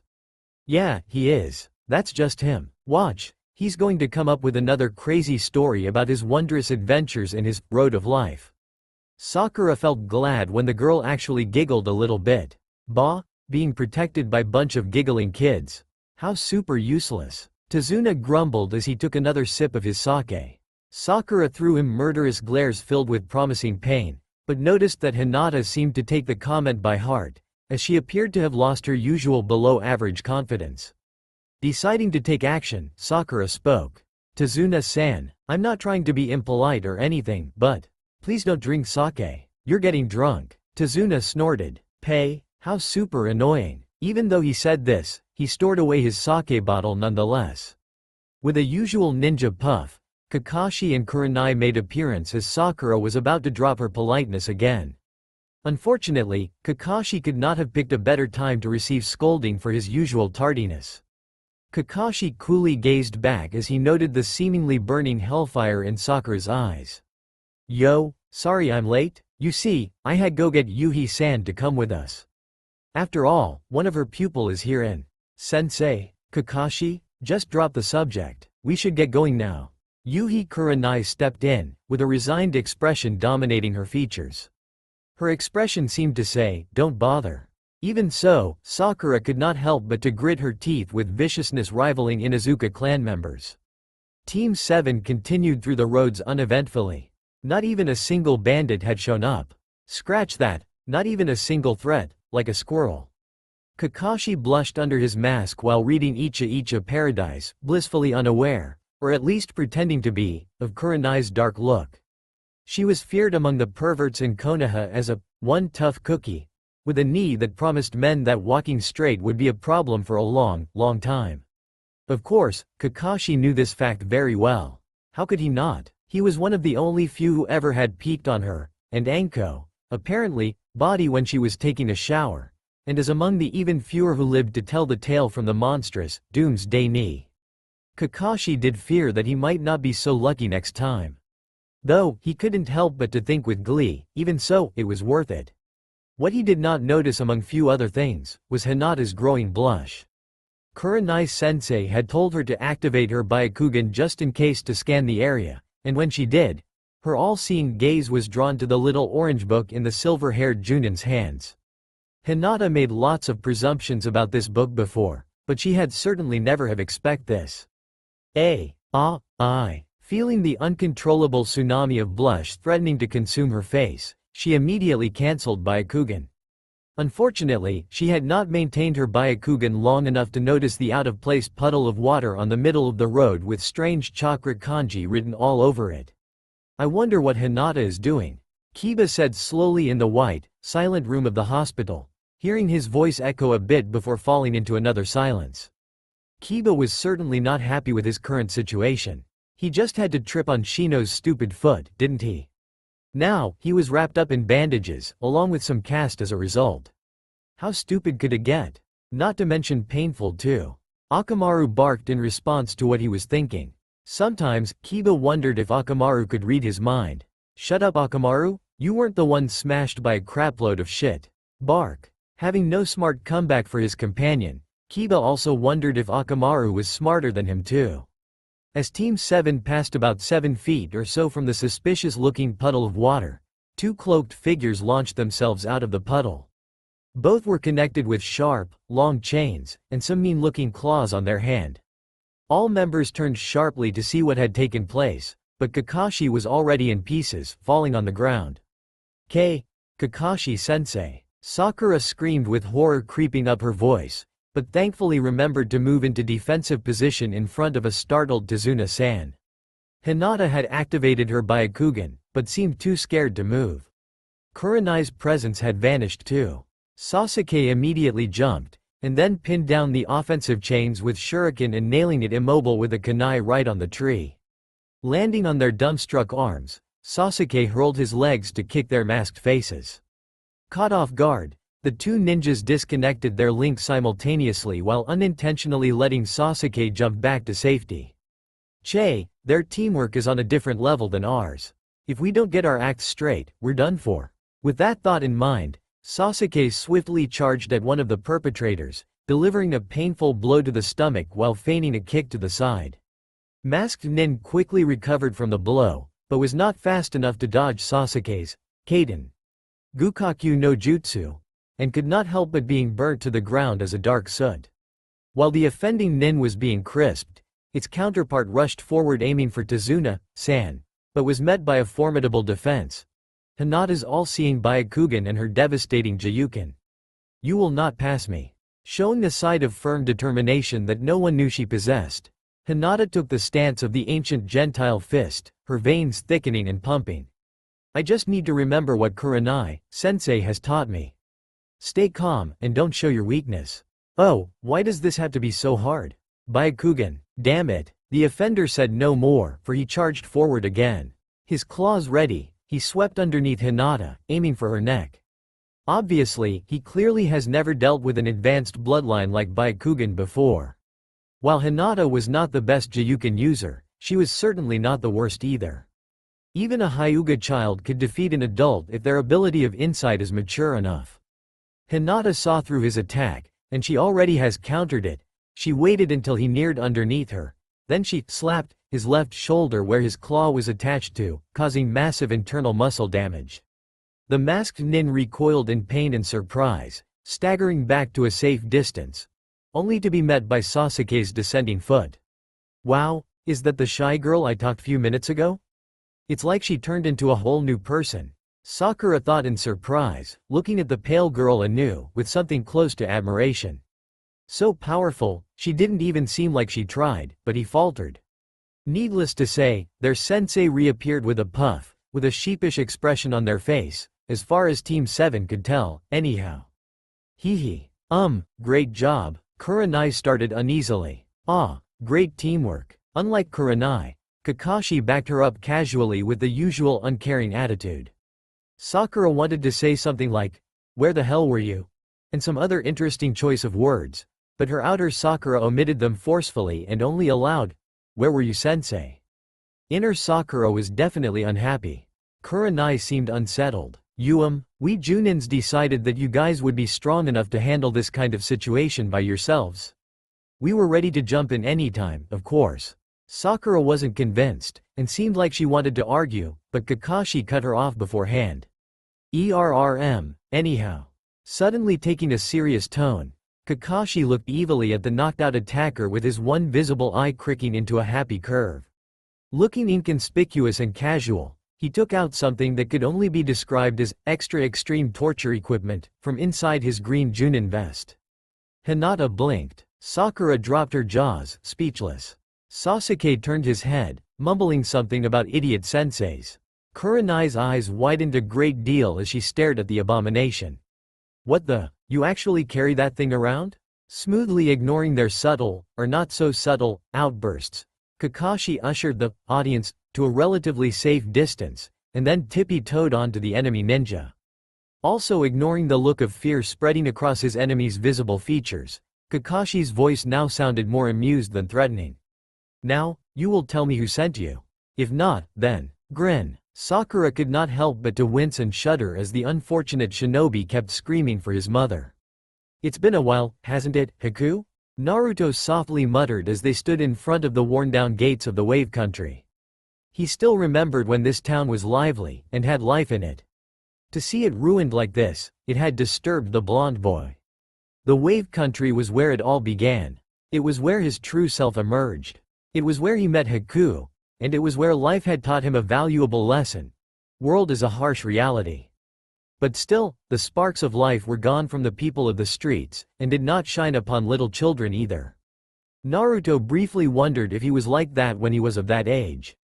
He had run from emotions, sadness, loneliness and anger, and eventually learned to contain them up tightly inside his heart. It was quite rough years both Naruto and Haku had to endure. Surviving solely upon berries, sometimes meats, meeting nature's challenges every year and overcoming them. Despite all their obstacles, they had prevailed and now had become of age where they could quite easily take care of themselves. Both knew that they owed Kyuubi of his wisdom, as he taught them through Naruto to survive in the unforgiving wilds. Though, Naruto soon had found out that they weren't the only ones having troubles. It was really weird to see the demon contained within trying to suppress its own rage and suffer, in order to help its vessel. Later, Naruto had understood that by doing so, the demon could gain freedom of his prison, Naruto. One thing he learned about the demon inside his head was that he wanted to be free. He bared incredible mental scars and wounds beyond any human's comprehension, and wanted to be rid of it all. Kyuubi had explained this to him before. That whenever the demon Kitsune is somehow killed or dies of age, which happened very rarely, they are reborn, or rather, reincarnated. Complete immortality. But there was a catch too. All their memories and pain are transferred freshly as if it happened seconds ago. For this particular demon, immortality caused other problems. For example, humans usually never feel the emptiness, the pointlessness of living, simply because they have the death on their side. A mixed blessing, really. Living every day, fully knowing that you could die any day. Kyuubi had no such thing. Just when you thought you lived enough, you are forced to live again, a tired soul. Too much pain, memories forced into one mind. When you live for a very long time, you start to question yourself, what am I living for? My purpose? What was Kyuubi to exactly accomplish anyway? Destruction? Kyuubi had accepted destruction as his destiny, but then why did he felt so pointless? There was almost no recovery from his art of destruction, only ruins of once existed life. So, if there was no creator, then why the destroyer? What did destruction accomplish? A being without a sense of purpose. Kyuubi was tired, living in hatred and anger which he does not know the source of, the unknown pain originating from equally unknown origin. Kyuubi, I have been wondering, don't you hate me for being a prison to you? I suppose, Kitling. I do not deny that I have harbored extreme hatred during early days, but the pain of loneliness, the sheer feeling of emptiness, is no match for joy of companionship. Huh? What do you mean? You are the first one to have a conversation with me in couple of millennia. Basically, Kyuubi was forever bound to this world, living in pain and emptiness that was impossible to satisfy. Though, the absorption process had somewhat provided him with hopes. Kyuubi had told him that this was his first time being sealed into something in his continued lifetimes. This was usually seen as a hindrance, but in this case, seen as a possible escape route. Kyuubi could give up his physical and spiritual form to his vessel, then that will thus quench his long thirst for freedom of mind. Honestly, the power of the mightiest Yukai mixing with a human, originated Kitling was unheard of, and absurd, but it was quite possible, all thanks to the 8 divination seal. The link they shared, the chakra, was enough for them to communicate, and meet face to face in the depths of Naruto's mindscape. Also thanks to that, Kyuubi captured inside was being held as a chakra form, and was quickly being absorbed into Naruto. This enormous power is the gift I give you, and the burden you will carry. My rage, my loneliness, my emptiness, my hatred, all of my emotions, single quote, do not forgive them, Kitling. Hey, Naruto, Naruto. Hello? Anyone in there? Haku waved her hand before his eyes, and then knocked him on the forehead several times, bringing him out of his memory. Huh? Wah? Oh, it's just you. Haku pouted at that. What do you mean it's just me? Mocking extreme emotional pain, she continued. And here I am, worried sick about you. Oh, sorry, I was just thinking. Haku's eyes widened and brought her hands to her mouth, in mock surprise. You were actually thinking? Now that's a first. Just to make sure, she checked the sky for any hints of invasion of flying pigs. Naruto shrugged in response, and casually resumed walking, with Haku following closely. The pair now walked along the empty and trashed apartments in the dark area of the Wave Country, where it seemed to have no other residents other than families of rodents. This place looks deserted, but I guess it will do. Man, I'm starved. Can I go hunt some rabbits? Smack. Oops, wrong thing to say. That had definitely earned him a smack on the head. Naruto had forgotten about the small little detail that Haku was bunny obsessed. She did allow herself to eat them when it was a matter of life and death, but no more. Every time he mentioned his craving for the little beings, she never failed to present him with a loud smack, followed by incredible waves of pain. OWW, that really hurts, you know. Don't you know I'm fragile? Come on, there must be hundreds of bunnies this time around. It wouldn't really hurt to have one lousy rabbit, would it? Haku gazed back at him coolly, with a message that stated, yes, it would hurt you a lot if you did. Naruto gulped audibly, and then his fox grin returned with a vengeance while his eyes sparkled mischievously. Let's see how she handles this. HMPH, then here's a question for you. What would you do, if you had to choose the bunny or myself as a meal in an absolutely dire situation where no food was available? Hee. This one was a, damned if you do, damned if you don't, question. I'm so brilliant. But to his disappointment, Haku did not hesitate to give him an answer. Of course I would eat you first. I can't bring myself to eat a bunny. Even my birth zodiac matches.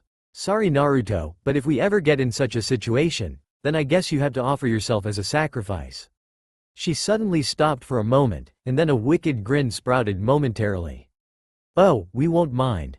Bunny and I would love to feast on you. Her statement was soon accompanied by a seductive wink. Damn, she gets me every single time. Naruto's jaw hit the ground with a hard thud, as his eyes bulged out with a little trickle of blood trailing from his nose. Wah? Haku busted into a full-fledged laughter, as she futilely tried to hold in the massive waves of laughter. I hate it when she does that. Why me? Whenever Naruto tried something funny, or tried to challenge Haku into a battle of wits, it usually ended with her laughing at his expense. Inside Naruto's mind, that was another win for Haku among countless others, while he had not had the chance to celebrate his own victory. Who knows, maybe someday he would triumph her. Of course I will. Back to the matter at hand, although Naruto did not like being teased like that, he was a tolerate person. Yup, he was a tolerate person indeed. Ah, screw patience. Snap. Naruto snarled lowly as he glared at his female companion, whose laughter had now stifled into muffled giggles under the frightful glare of doom. She then flashed one of her smiles again. Even after receiving the unearthly smile, Naruto tried to maintain his glare at her, but he ended up joining the enlightening smile with a sigh sooner than he wished. Man, that really wasn't fair, Haku. You know my weak spots. Haku smirked confidently, her eyes sparkling.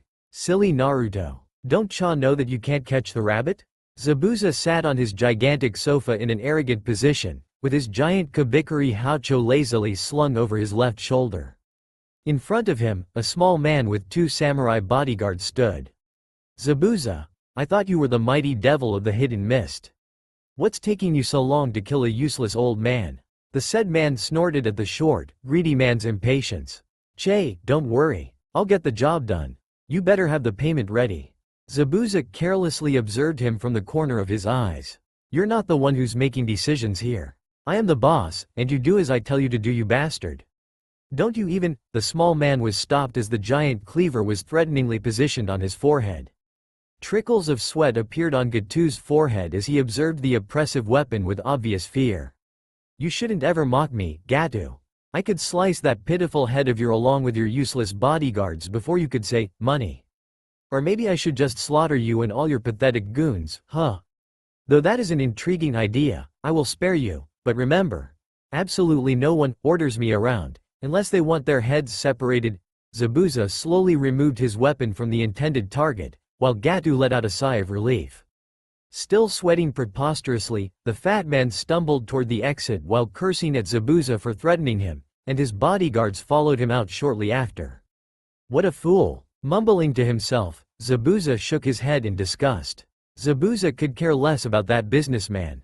It seemed the Demon Brothers have failed in their mission, and they got what they deserved. One who cannot complete the task given. Only death welcomes them with open arms.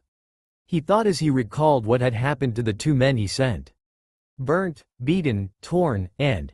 I don't even want to think about that. Zabuza cringed as he recalled what had happened to one of the brothers, practically half dead from, who knows what. That sends shivers down my neck, freaks.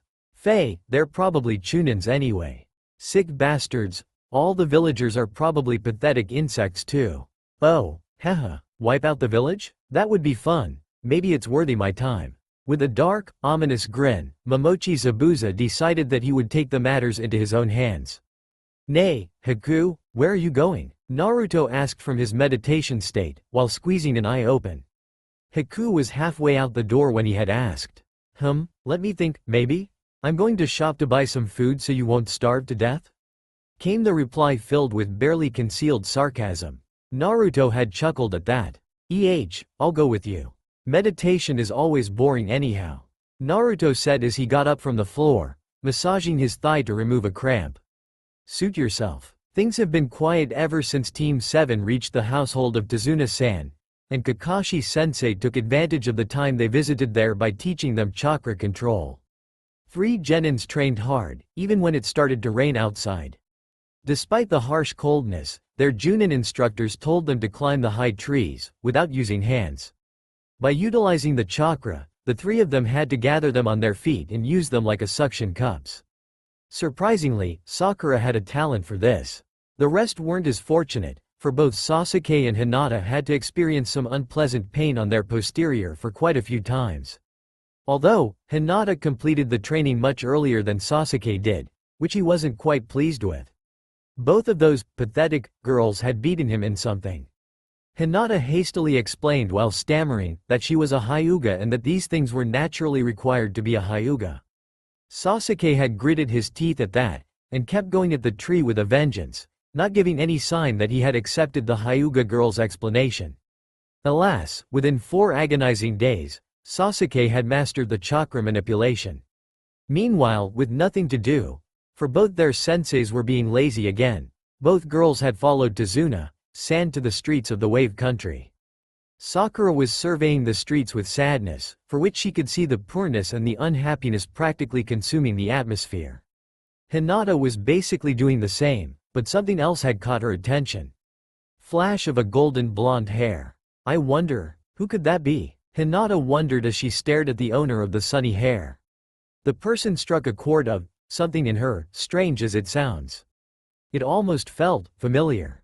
As if they were acquainted, though she was pretty sure she had never seen even a glimpse of golden in Konoha, excluding Ino-san's. Her hair was close to being light yellow, anyway. Not at all like rich, sunny golden. But, I'm sure I've seen him somewhere before, but where? As she was lost in her thoughts about who this mystery person was, the mentioned person was approaching her direction. Well, look at what we have here, Haku.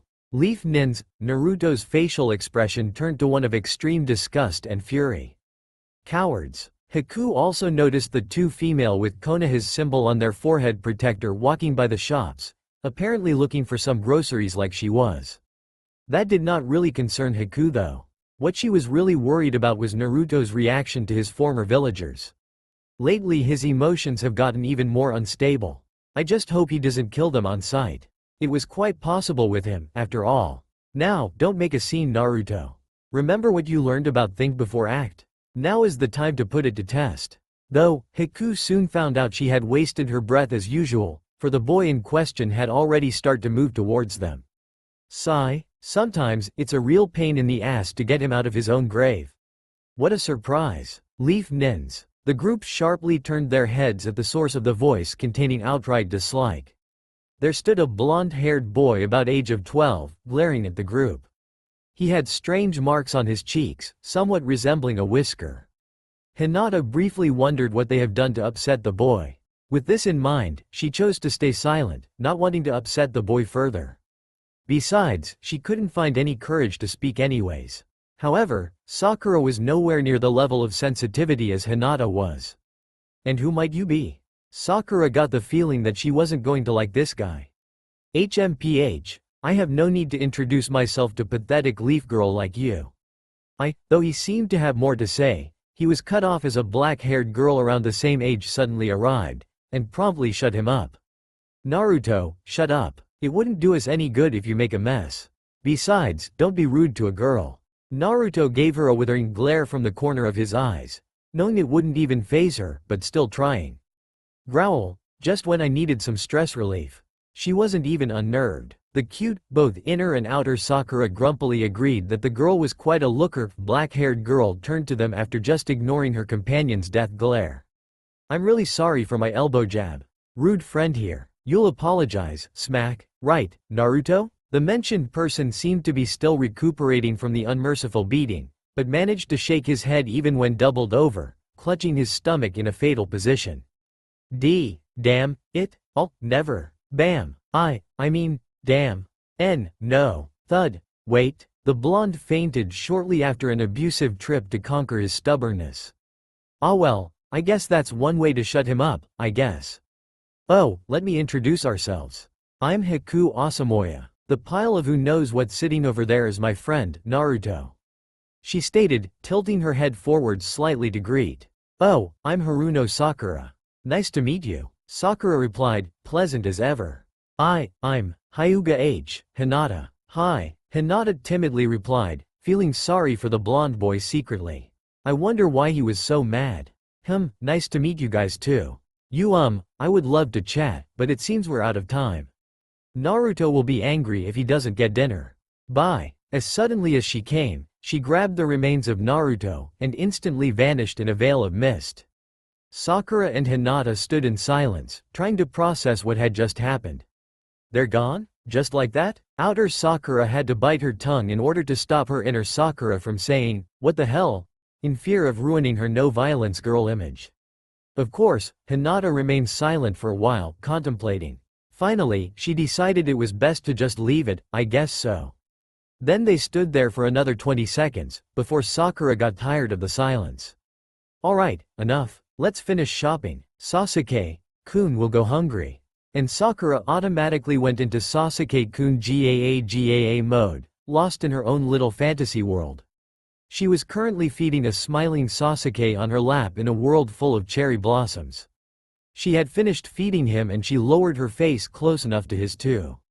Oops, that's a little private. Indifferent, and painfully oblivious to Sakura's terrible blushing state, Hinata just remained silent again, for she had no idea what to say once more. After all, she wasn't obsessed with Sasuke-kun like Sakura was, and something told her that things would get dangerous if she woke her up from her pleasant daydreaming. Naruto, you baka, what were you thinking? No, you weren't thinking, were you? Just marching in the middle of a crowd and trying to start a fight. Hiku spat flames from her mouth as she marched back and forth in front of a grumpy Naruto. He was currently sitting on the floor, wishing the mighty heavens would grant him earplugs. But I couldn't help it. Those idiot girls make me sick. Naruto retorted, but Hiku did not even pause in her lecture. You can wait a little before you punch the crap out of them, you know. I'm pretty sure they were Genin-level ninjas, so there must be a higher-level ninja with them at least. The Leaf isn't stupid enough to send low-level ninjas all the way out this far by themselves. Haku's argument did have a point, but Naruto refused to back down. So what if there's a stupid ninja with them? I've fought their hunter nins before, remember? I'm not scared of them. Hiku sighed, exasperated. I swear, nothing gets through that head. Kami? Naruto growled in frustration and left the room.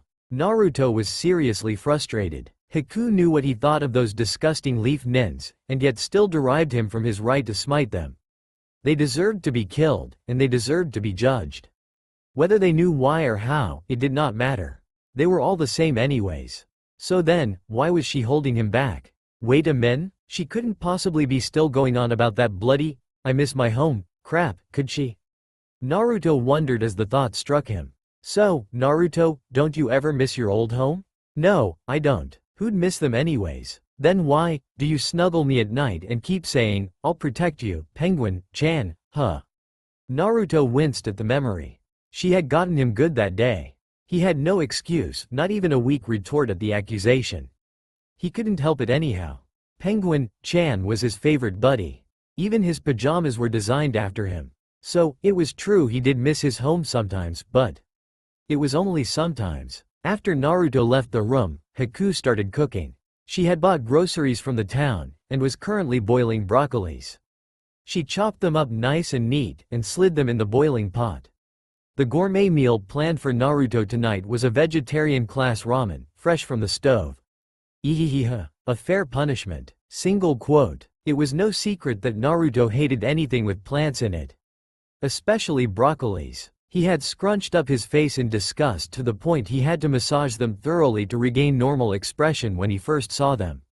Haku softly giggled to herself as she remembered the times he went missing for 3 or 4 days, refusing to consume the green goods, but always eventually returning with a pained expression of extreme hunger. Ew, what in the name of Kami is that? It looks like miniature trees. I ain't gonna eat no trees. Naruto exclaimed, pointing at the steaming bunch of broccolis with an exaggerated expression of outrage. Haku smoothly ignored his outbursts, while picking a broccoli up and waving it in front of Naruto's face. Now, Naruto. They are good for you. See, that's why you're still shorter than me. If you don't eat these, you'll never grow. Naruto blanched. Ugh, then I'll stay short. That green stuff looks disgusting, and smells like crap anyway. Why don't you eat them? Fine, I will. Haku took on a determined expression, and she took a bite. Munch. Crunch. See? They're tasty. Now give it a try. Though Haku was barely keeping herself from hurling at the taste, she faked a smile nonetheless, and offered another one at Naruto. No, I'll never. Reaching the tones of desperation, Naruto powered up and fled high into the trees, in order to save his precious taste buds. Naruto, come back here. As she still held the ever-pleasant smile over her memory, a cold, merciless smile had suddenly overridden and settled upon her lips. He had gotten away from her veggies before, but this time, there'll be no escape, and her evil giggles echoed throughout the room. Zabuza stood on top of his forest fortress while his army, though small and composed of bandits and missing nins, still screamed fiercely in battle rage. He looked down upon them, while his eyes weren't on them at all. Tonight was the night the wave country will fall in his hands, with all its pathetic inhabitants inside. I can almost taste my victory. Zabuza grinned darkly, already pleased by all the blood that would be spilled that night, though none had been spilt yet. My army, tonight, is the night of slaughter. His army roared back with equal, if not greater joy. Indeed, blood would be spilled that night. No alarm sounded as numerous bandits and thieves rushed into the streets, butchering anything that moved with gruesome techniques known to man. People's agonized screams echoed throughout the streets, in stark comparison to the maniacal laughter of the perpetrators. Swords, clubs, axes, and even guns flashed everywhere, splashing the red liquid onto the streets of the wave country. Children were killed without reason. Women were slaughtered without exception. The old were murdered helplessly. And as if to mourn, sky let loose a tender rain. As a witness to these events, Momochi Zabuza, the demon of the hidden mist, stood high above the town in a nameless tree, only chuckling in response. What beautiful night. Run. We are under attack. Everyone must evacuate. A random medicine peddler screamed the message as he ran like a madman down the streets. Shoppers, merchants all looked up from what they were doing, begging, selling, stealing, and froze in confusion, until a bullet struck the frantic running man right on the back of his head, effectively killing him immediately. Silence reigned for a brief moment in lieu of the man's death, before people began to realize what had just happened right in front of their faces. And so, chaos ensued. Now everyone in the streets all ran frantically like madmen in panic and, in almost animalistic fear, stomped over anything that dared to get in their way. Small beings such as animals or children met an unfortunate and unspeakable end at the unforgiving feet of the mob. Though of course, such tragedies went unnoticed by the fearful mob as they valued their life over others. These people didn't have anything to lose except their own lives, because they've already lost everything else. Within this heterogeneous mixture of death and fear, the assailants relentlessly continued their evil deeds. which mostly consisted of slaughtering whoever that came in their path with glee. All the other worldly things now gone before their minds. The only thing that mattered to the assailants as of now was the look of terror on the face of the victims before blow of death silenced them forever. Needless to say, evil reigned. Amongst the chaotic population, Naruto stood rigidly in the midst of the fleeing crowd whilst wordlessly contemplating the ironic fate of human lives. Pitiful. So this is what becomes of mortals when everything comes down to survival. Quietly chuckling, he casually slid his hand on his forehead, and shook his head in amusement. To think I was no better. Of course, that kind of distracted reminiscence was a no-no in any battlefield, or a slaughter ground, whichever. One of the enemies, a Ronin samurai, deducting from his clothing and the huge katana he wielded, charged recklessly at the distracted blonde child with his blooded sword raised high, ready to slice off the child's head off from the boy's shoulders. He obviously had thought the boy to be no match, even though there was an eerie aura about the boy. No matter. The boy was small, and the Ronin was big, end of story. The Ronin's eyes were clouded with joyous imagination, as the samurai anticipated the particularly unique and satisfying pleasure of sword-biting flesh away. He thought, just a moment later, just a little bit, and then. The Ronin yelled in an almost devilish cry as his sword came ever so close to the boy's unguarded, slightly tanned neck. It's over. Unfortunately for the Ronin, a hand punctured through his ribcages and cleanly through him, sending his brain blinding pain that foretold his demise. His wide, fearful eyes glanced down upon his attacker with sudden sober consciousness, and the roaming eyes of the damned found a boy no more than 12, drenched in the blood of the samurai, and his arms still within the chest and protruding out the back of the samurai's chest. The boy's face was shrouded in shadows of his spiking yellow hair, hiding all his facial features except a pair of bestial crimson eyes, glowing in the darkness, flashing with hidden emotions. The boy slowly retracted his red-painted hands from the dying samurai's chest, as if enjoying the every moment that caused unforgettable agony to the Ronin. The samurai's face contorted in pure pain, as the ever-slowly retracting hand suddenly propelled backwards and burst into another charging bandit's head. Needless to say, the head of the bandit had seen better days. Demon eyes blazing, the boy then proceeded to swiftly execute every opposing foe within his senses in a blur of motions. Every swipe brought down one or more person. Every kick brought an end to struggling lives. Every roar struck unimaginable fear into everyone unfortunate enough to have ears to listen.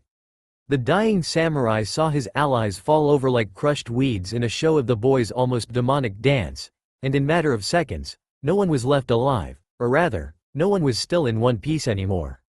Most foes were ripped in two or more, and all the while the boy had never stopped, not even once. Though what struck the fading mind of the Ronin as the most disturbing were the eyes of the blonde boy. The demonic crimson eyes remained calm and stoic throughout the proceedings as if the boy was merely strolling down the street instead of bringing oblivion unto others with ruthless power. As Samurai's consciousness swiftly slipped away from his mind, he couldn't help but to shiver violently in fear for the last time in his life before him too, fell over lifeless like countless others. Bam! What now? Haku mentally cursed at her uninvited guests as she paused for a moment to mourn over her lost dinner. Although Haku had enough skill to dodge the offensive swing effortlessly, the ramen did not share such fortune and had been knocked over by the reckless Swain. Heh. Well, look at what we have here, boys. Ha, a pretty young thing. One of the assailants lecherously commented as he held his club in a threatening manner, brandishing the handle as if he was testing the feel for the weapon. Here, kitty, we promise we won't hurt you much. Bandits chuckled or smirked lecherously, taking another step towards the cornered form of Haku. Haku could see it clearly in their eyes, all of their lust, desire, and it angered her greatly. You, do not come near me.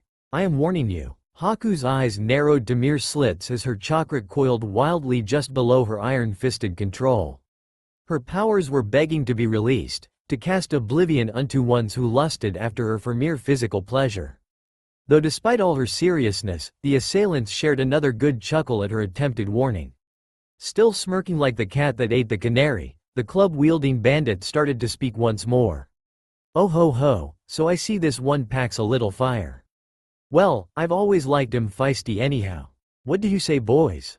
Shouts and whistles of agreement erupted, encouraging the dangerous atmosphere to the next level. Disgust washed over Haku in quads as she closed her eyes, willing herself to regain the calm that she had always favored to her wild side.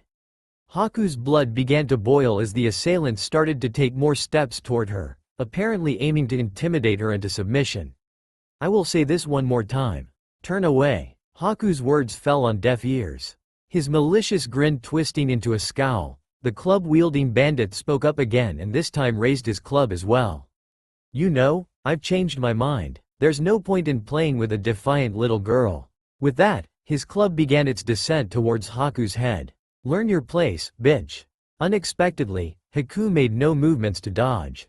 Haku's unconscious body fell forward as she curled up from the blow. Now lying on her face, blood seeped out from her head as her limbs twitched occasionally from the shock. The bandits all shared another good chuckle, while some shared disappointed glances. Turning away from the twitching body, the club-wielding one spoke up again. "Ha ha ha, it seems that this one was all talk. Though I have to admit, she had me pretty riled up. The way she dodged my swing before. I thought she was a ninja or something." The club-wielding bandit decided to wipe the blood from his club on the still body of the dead girl, and spoke once more. "Whatever, we'll get another girl. After all, there are plenty of fish in the ocean." The club-wielding assailant waited for his comrades to agree and respond to his remark, but none came. He had also failed to realize that his comrades were falling on the ground one by one, their neck cleanly sliced off without even a trace of struggles.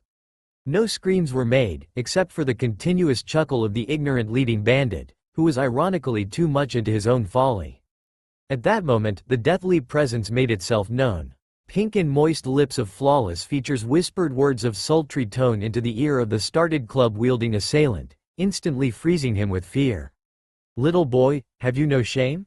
The ignorant club-wielding bandit could not even tremble as his system completely refused to obey his mind's orders of retreat. Instead, his eyes scanned over the bodies of his dead comrades involuntarily. Also, another part of him took an involuntary action and had decided to empty itself. The deathly voice giggled, apparently greatly amused by the bandit's involuntary response system. "Poor thing, I guess you've never felt so scared before. Do not worry, I will now ease your discomfort." As soon as her whisper ended, Bandit suddenly felt as if he was standing in a field of breezy meadows. It was a very peaceful feeling, he realized. With the hypnotic peace still in mind, the bandit's entire body exploded in a fountain of crimson. The hell? Uchiha Sasuke knocked out another opponent with another vicious uppercut to the chin, and then sent him flying with a powerful mid-air kick to his abdomen which resounded with a painful crunch. From corner of his eye, Sasuke saw Sakura and Hinata were both protecting Tazuna-san facing back to back, Hinata on the rear and Sakura on the front. Hinata had her blood limit Byakugan activated, her veins pumping chakra into her eyes, and imbuing her with the ultimate vision that was sought after by many. Sakura was in basic defending stance, and her kunai whipped out to lash out at anything that came in range. The incomplete bridge had only one entrance, which was why the bridge was an incomplete bridge, and each sides of the bridge seemed grim. It was either fight your way through the entrance, or be fish chums. How did this happen? Well, Team 7 was ambushed when escorting Tazuna-san to the construction site while Kakashi and Kurenai nowhere to be found. Most likely doing what Junins did the best, lazing off. Needless to say, Sasuke was not in his best mood. Not that he was ever in his best mood, mind you. These bandits were ridiculously weak. Although numbers did make huge differences, they were in a swarm, while Team 7 was a measly three-man team. Each wave of appositions came around in 20s. Everyone was equipped with various unhealthy utilities, most of them very pointy, and swinging them around like some crazy animals. It was quite an irritation, which reminded Sasuke of a bad itch. Odds were about 30 to 1, not a very hopeful-looking situation for mere genins. However, Sasuke was no mere genin. Charging once more, Sasuke completed various seals which were soon accompanied by a huge breath and exhale of incredibly hot flame, which burnt a cluster of humans into a nothing but crisped and mutilated piles of death. When the attack finished, Sasuke slightly breathed, Kaden. Gukakyu no Jutsu.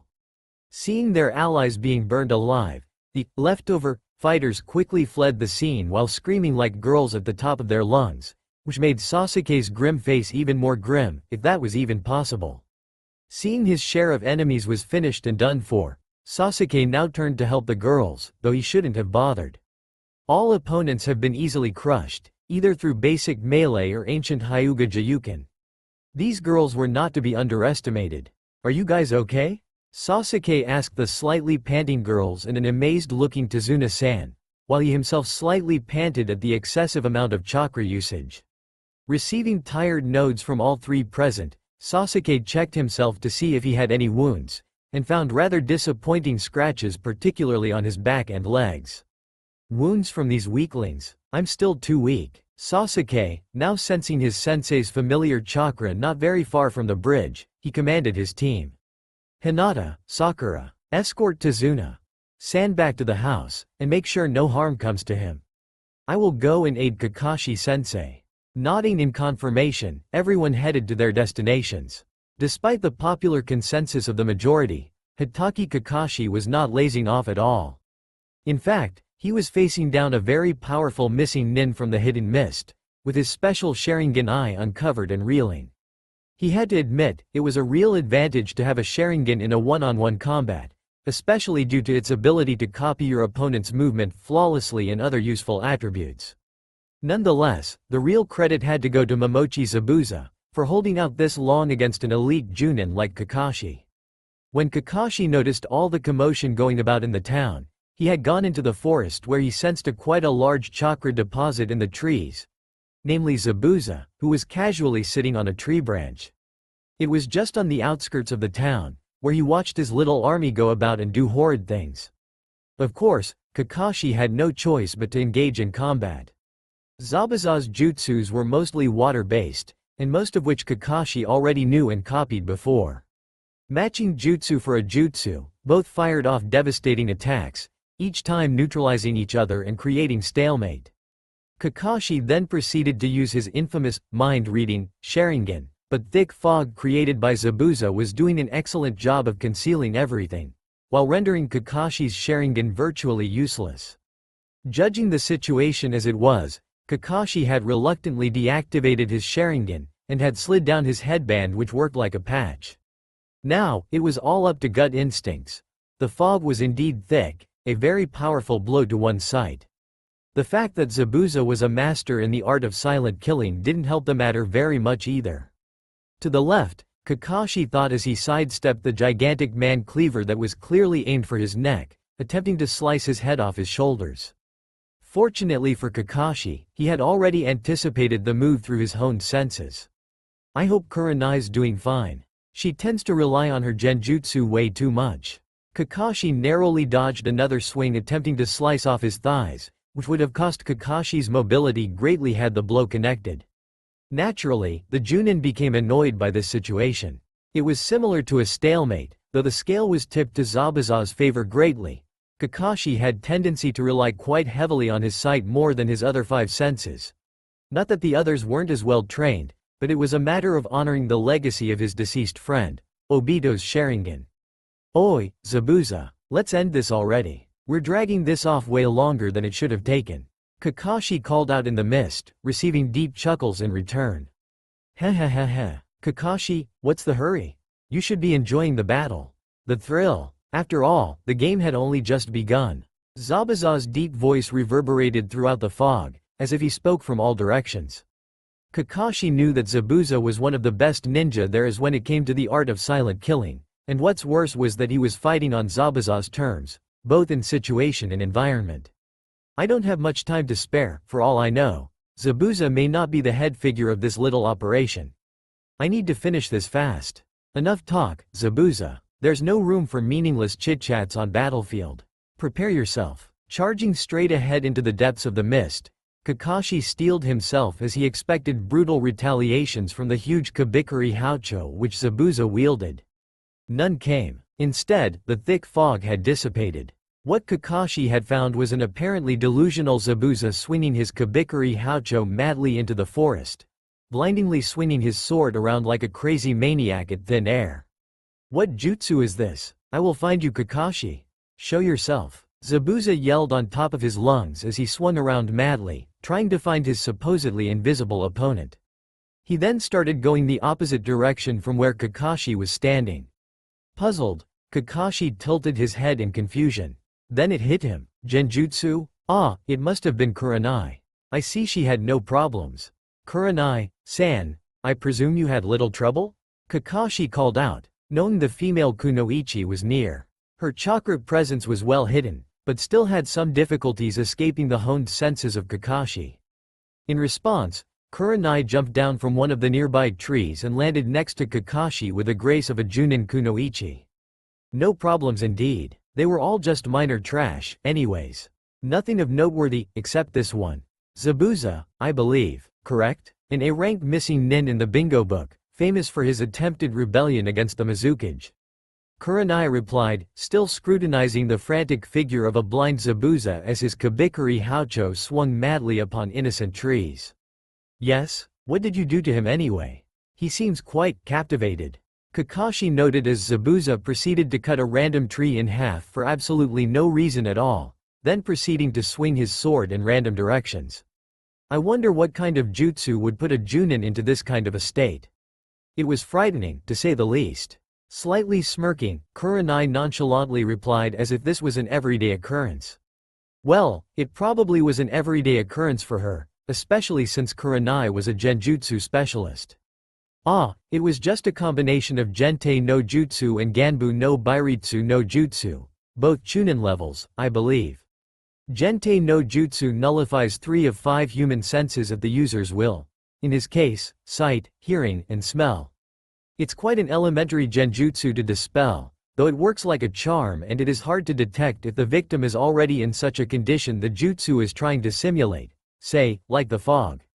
Kurenai gestured towards the air which was once occupied with deadly Kirigakure no Jutsu, which gave Kakashi a hard time because of lack of visual information, effectively cutting off his Sharingan. Eyeing the frantic Zabuza, Kurenai continued. On the other hand, Ganbu no Baritsu no Jutsu is a jutsu of similar category. It amplifies the current desire or some sort of emotion of the target to incredible levels. Enough for the victim to start deluding himself. I thought the combination would work perfectly on him, since he was already blinded by the fog already, and was relying upon his hearing to locate and calculate your position, and voila! You now have one less Junin to worry about. She struck a victorious pose, her hands on her hips. Kakashi's Sharingan and his normal eyes just blinked, staring at the delusional Zabuza. To think a combination of 2 Chunin-level genjutsu would end a Junin-level battle. Kurenai has really improved. Kurenai apparently found humor in his expression and had chuckled. It shouldn't last that long though. Usually, it'll only last few minutes if the victim is smart enough to figure it out, so you'd better finish things fast. Breaking out of his reverie, Kakashi nodded. Understood, should we dispose him? Of course. After all, he is an obstacle to the mission. But, you do the honors. I don't particularly want any more bloods on my hand tonight. Casting slightly unnerved glances at the crimson spots on her quite unique Junin outfit, Kurenai readied her chakra for a jump into the trees. Now, if you don't mind. I'm beginning to worry for our genin team. Even though these thugs are nothing, our teams are only rookie genins, they are just kids. With that, Kurenai left as swiftly as she came. If I didn't know better, I'd say her maternal instincts are kicking in. Kakashi had dared to say that out loud, only after Kurenai had left the vicinity. Would he have still said that if she had been still present? How many licks does it take to get to the center of a Tootsie Roll? We will never know. Shaking his head to loose his random thoughts, Kakashi threw 5 kunais which had instantly and effectively pinned a rather helpless Zabuza into the trunk of a tree, completely immobilizing him. Unfortunately for Zabuza, he was still under the genjutsu when he was pinned, but he was very close to figuring it out. Zabuza had only been a tad bit late. Grr, so it was a damned genjutsu. Kai. With a simple pulse of his chakra, Zabuza found his senses returning to him as quickly as the genjutsu had robbed him of it. Only to find he had been completely rendered completely immobile. Well, damn, his Sharingan now whirling once more, Kakashi took a kunai out of his pouch and stared directly into the wild, frantic eyes of Momochi Zabuza. Zabuza, it all ends here now. Where is he? Moving through the streets with stealth and agility, Sasuke growled in frustration. Searching for his perverted sensei was like trying to find a needle in a haystack. How can that lazy-ass Junin be so elusive? It was absurd to even think about how hard it was to find the man.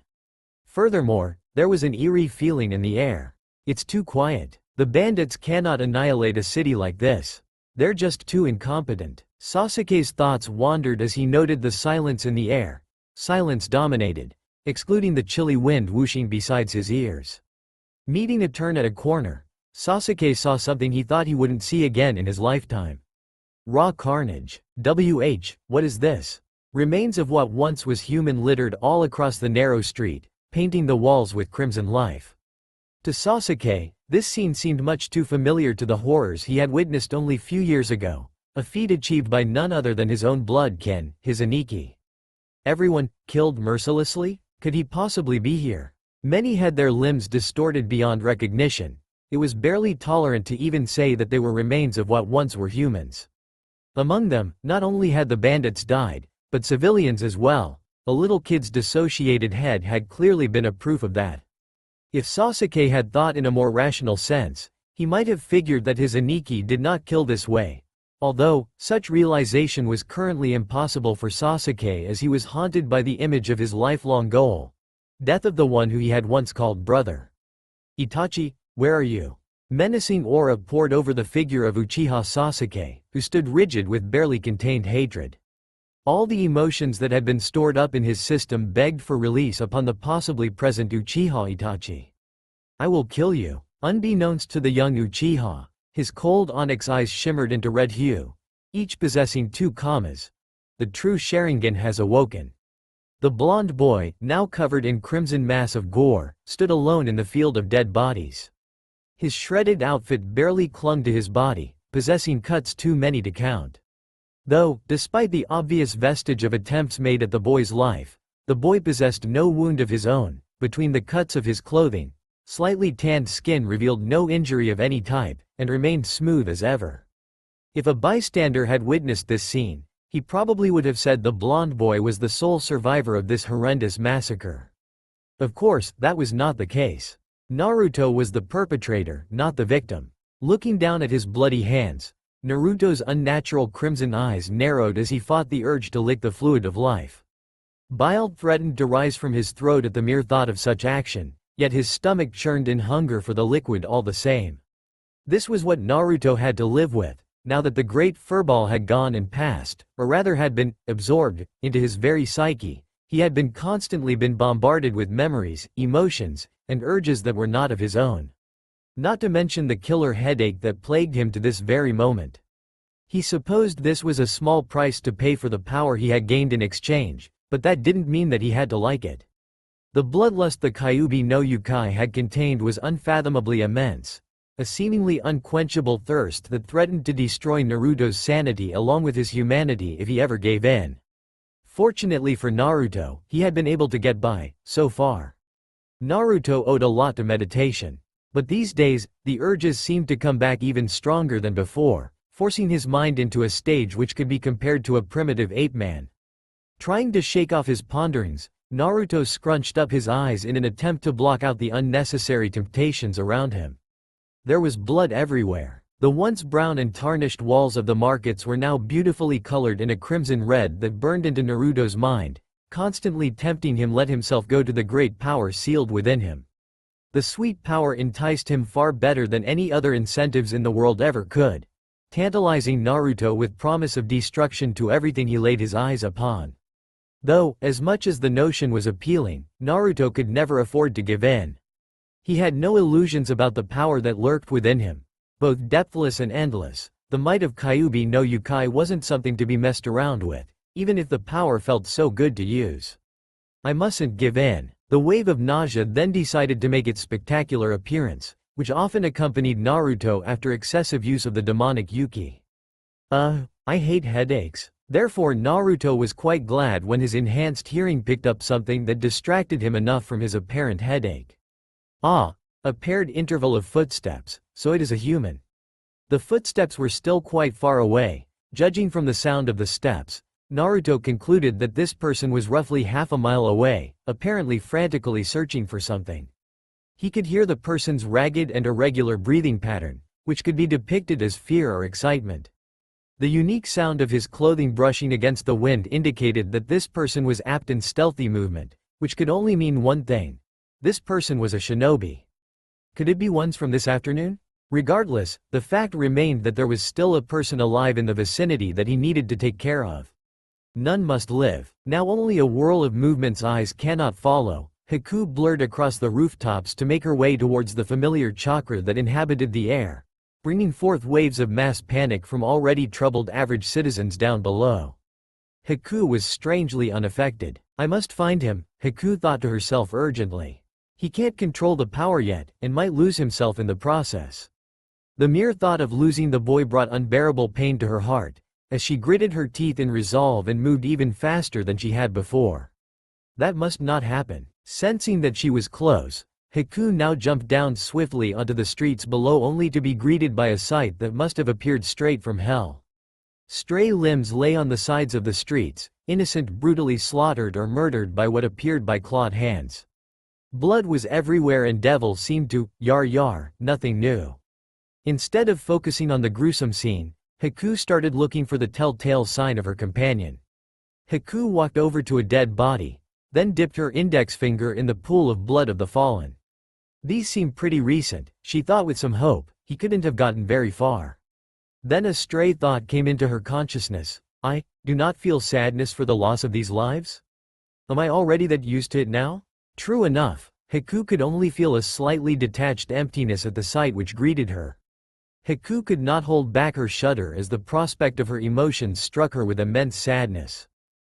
There's no time for this now. Naruto may need my help. Haku grasped control of her emotions once more, ruling them with iron-fisted control which allowed no freedom. If I am to walk side by side with Naruto, then I cannot afford to have any emotions. I must become a tool. Haku's obsidian gaze hardening, she took off once more towards the center of the malevolent chakra. That's all for now. If you enjoyed this video, then please like, share and do comments.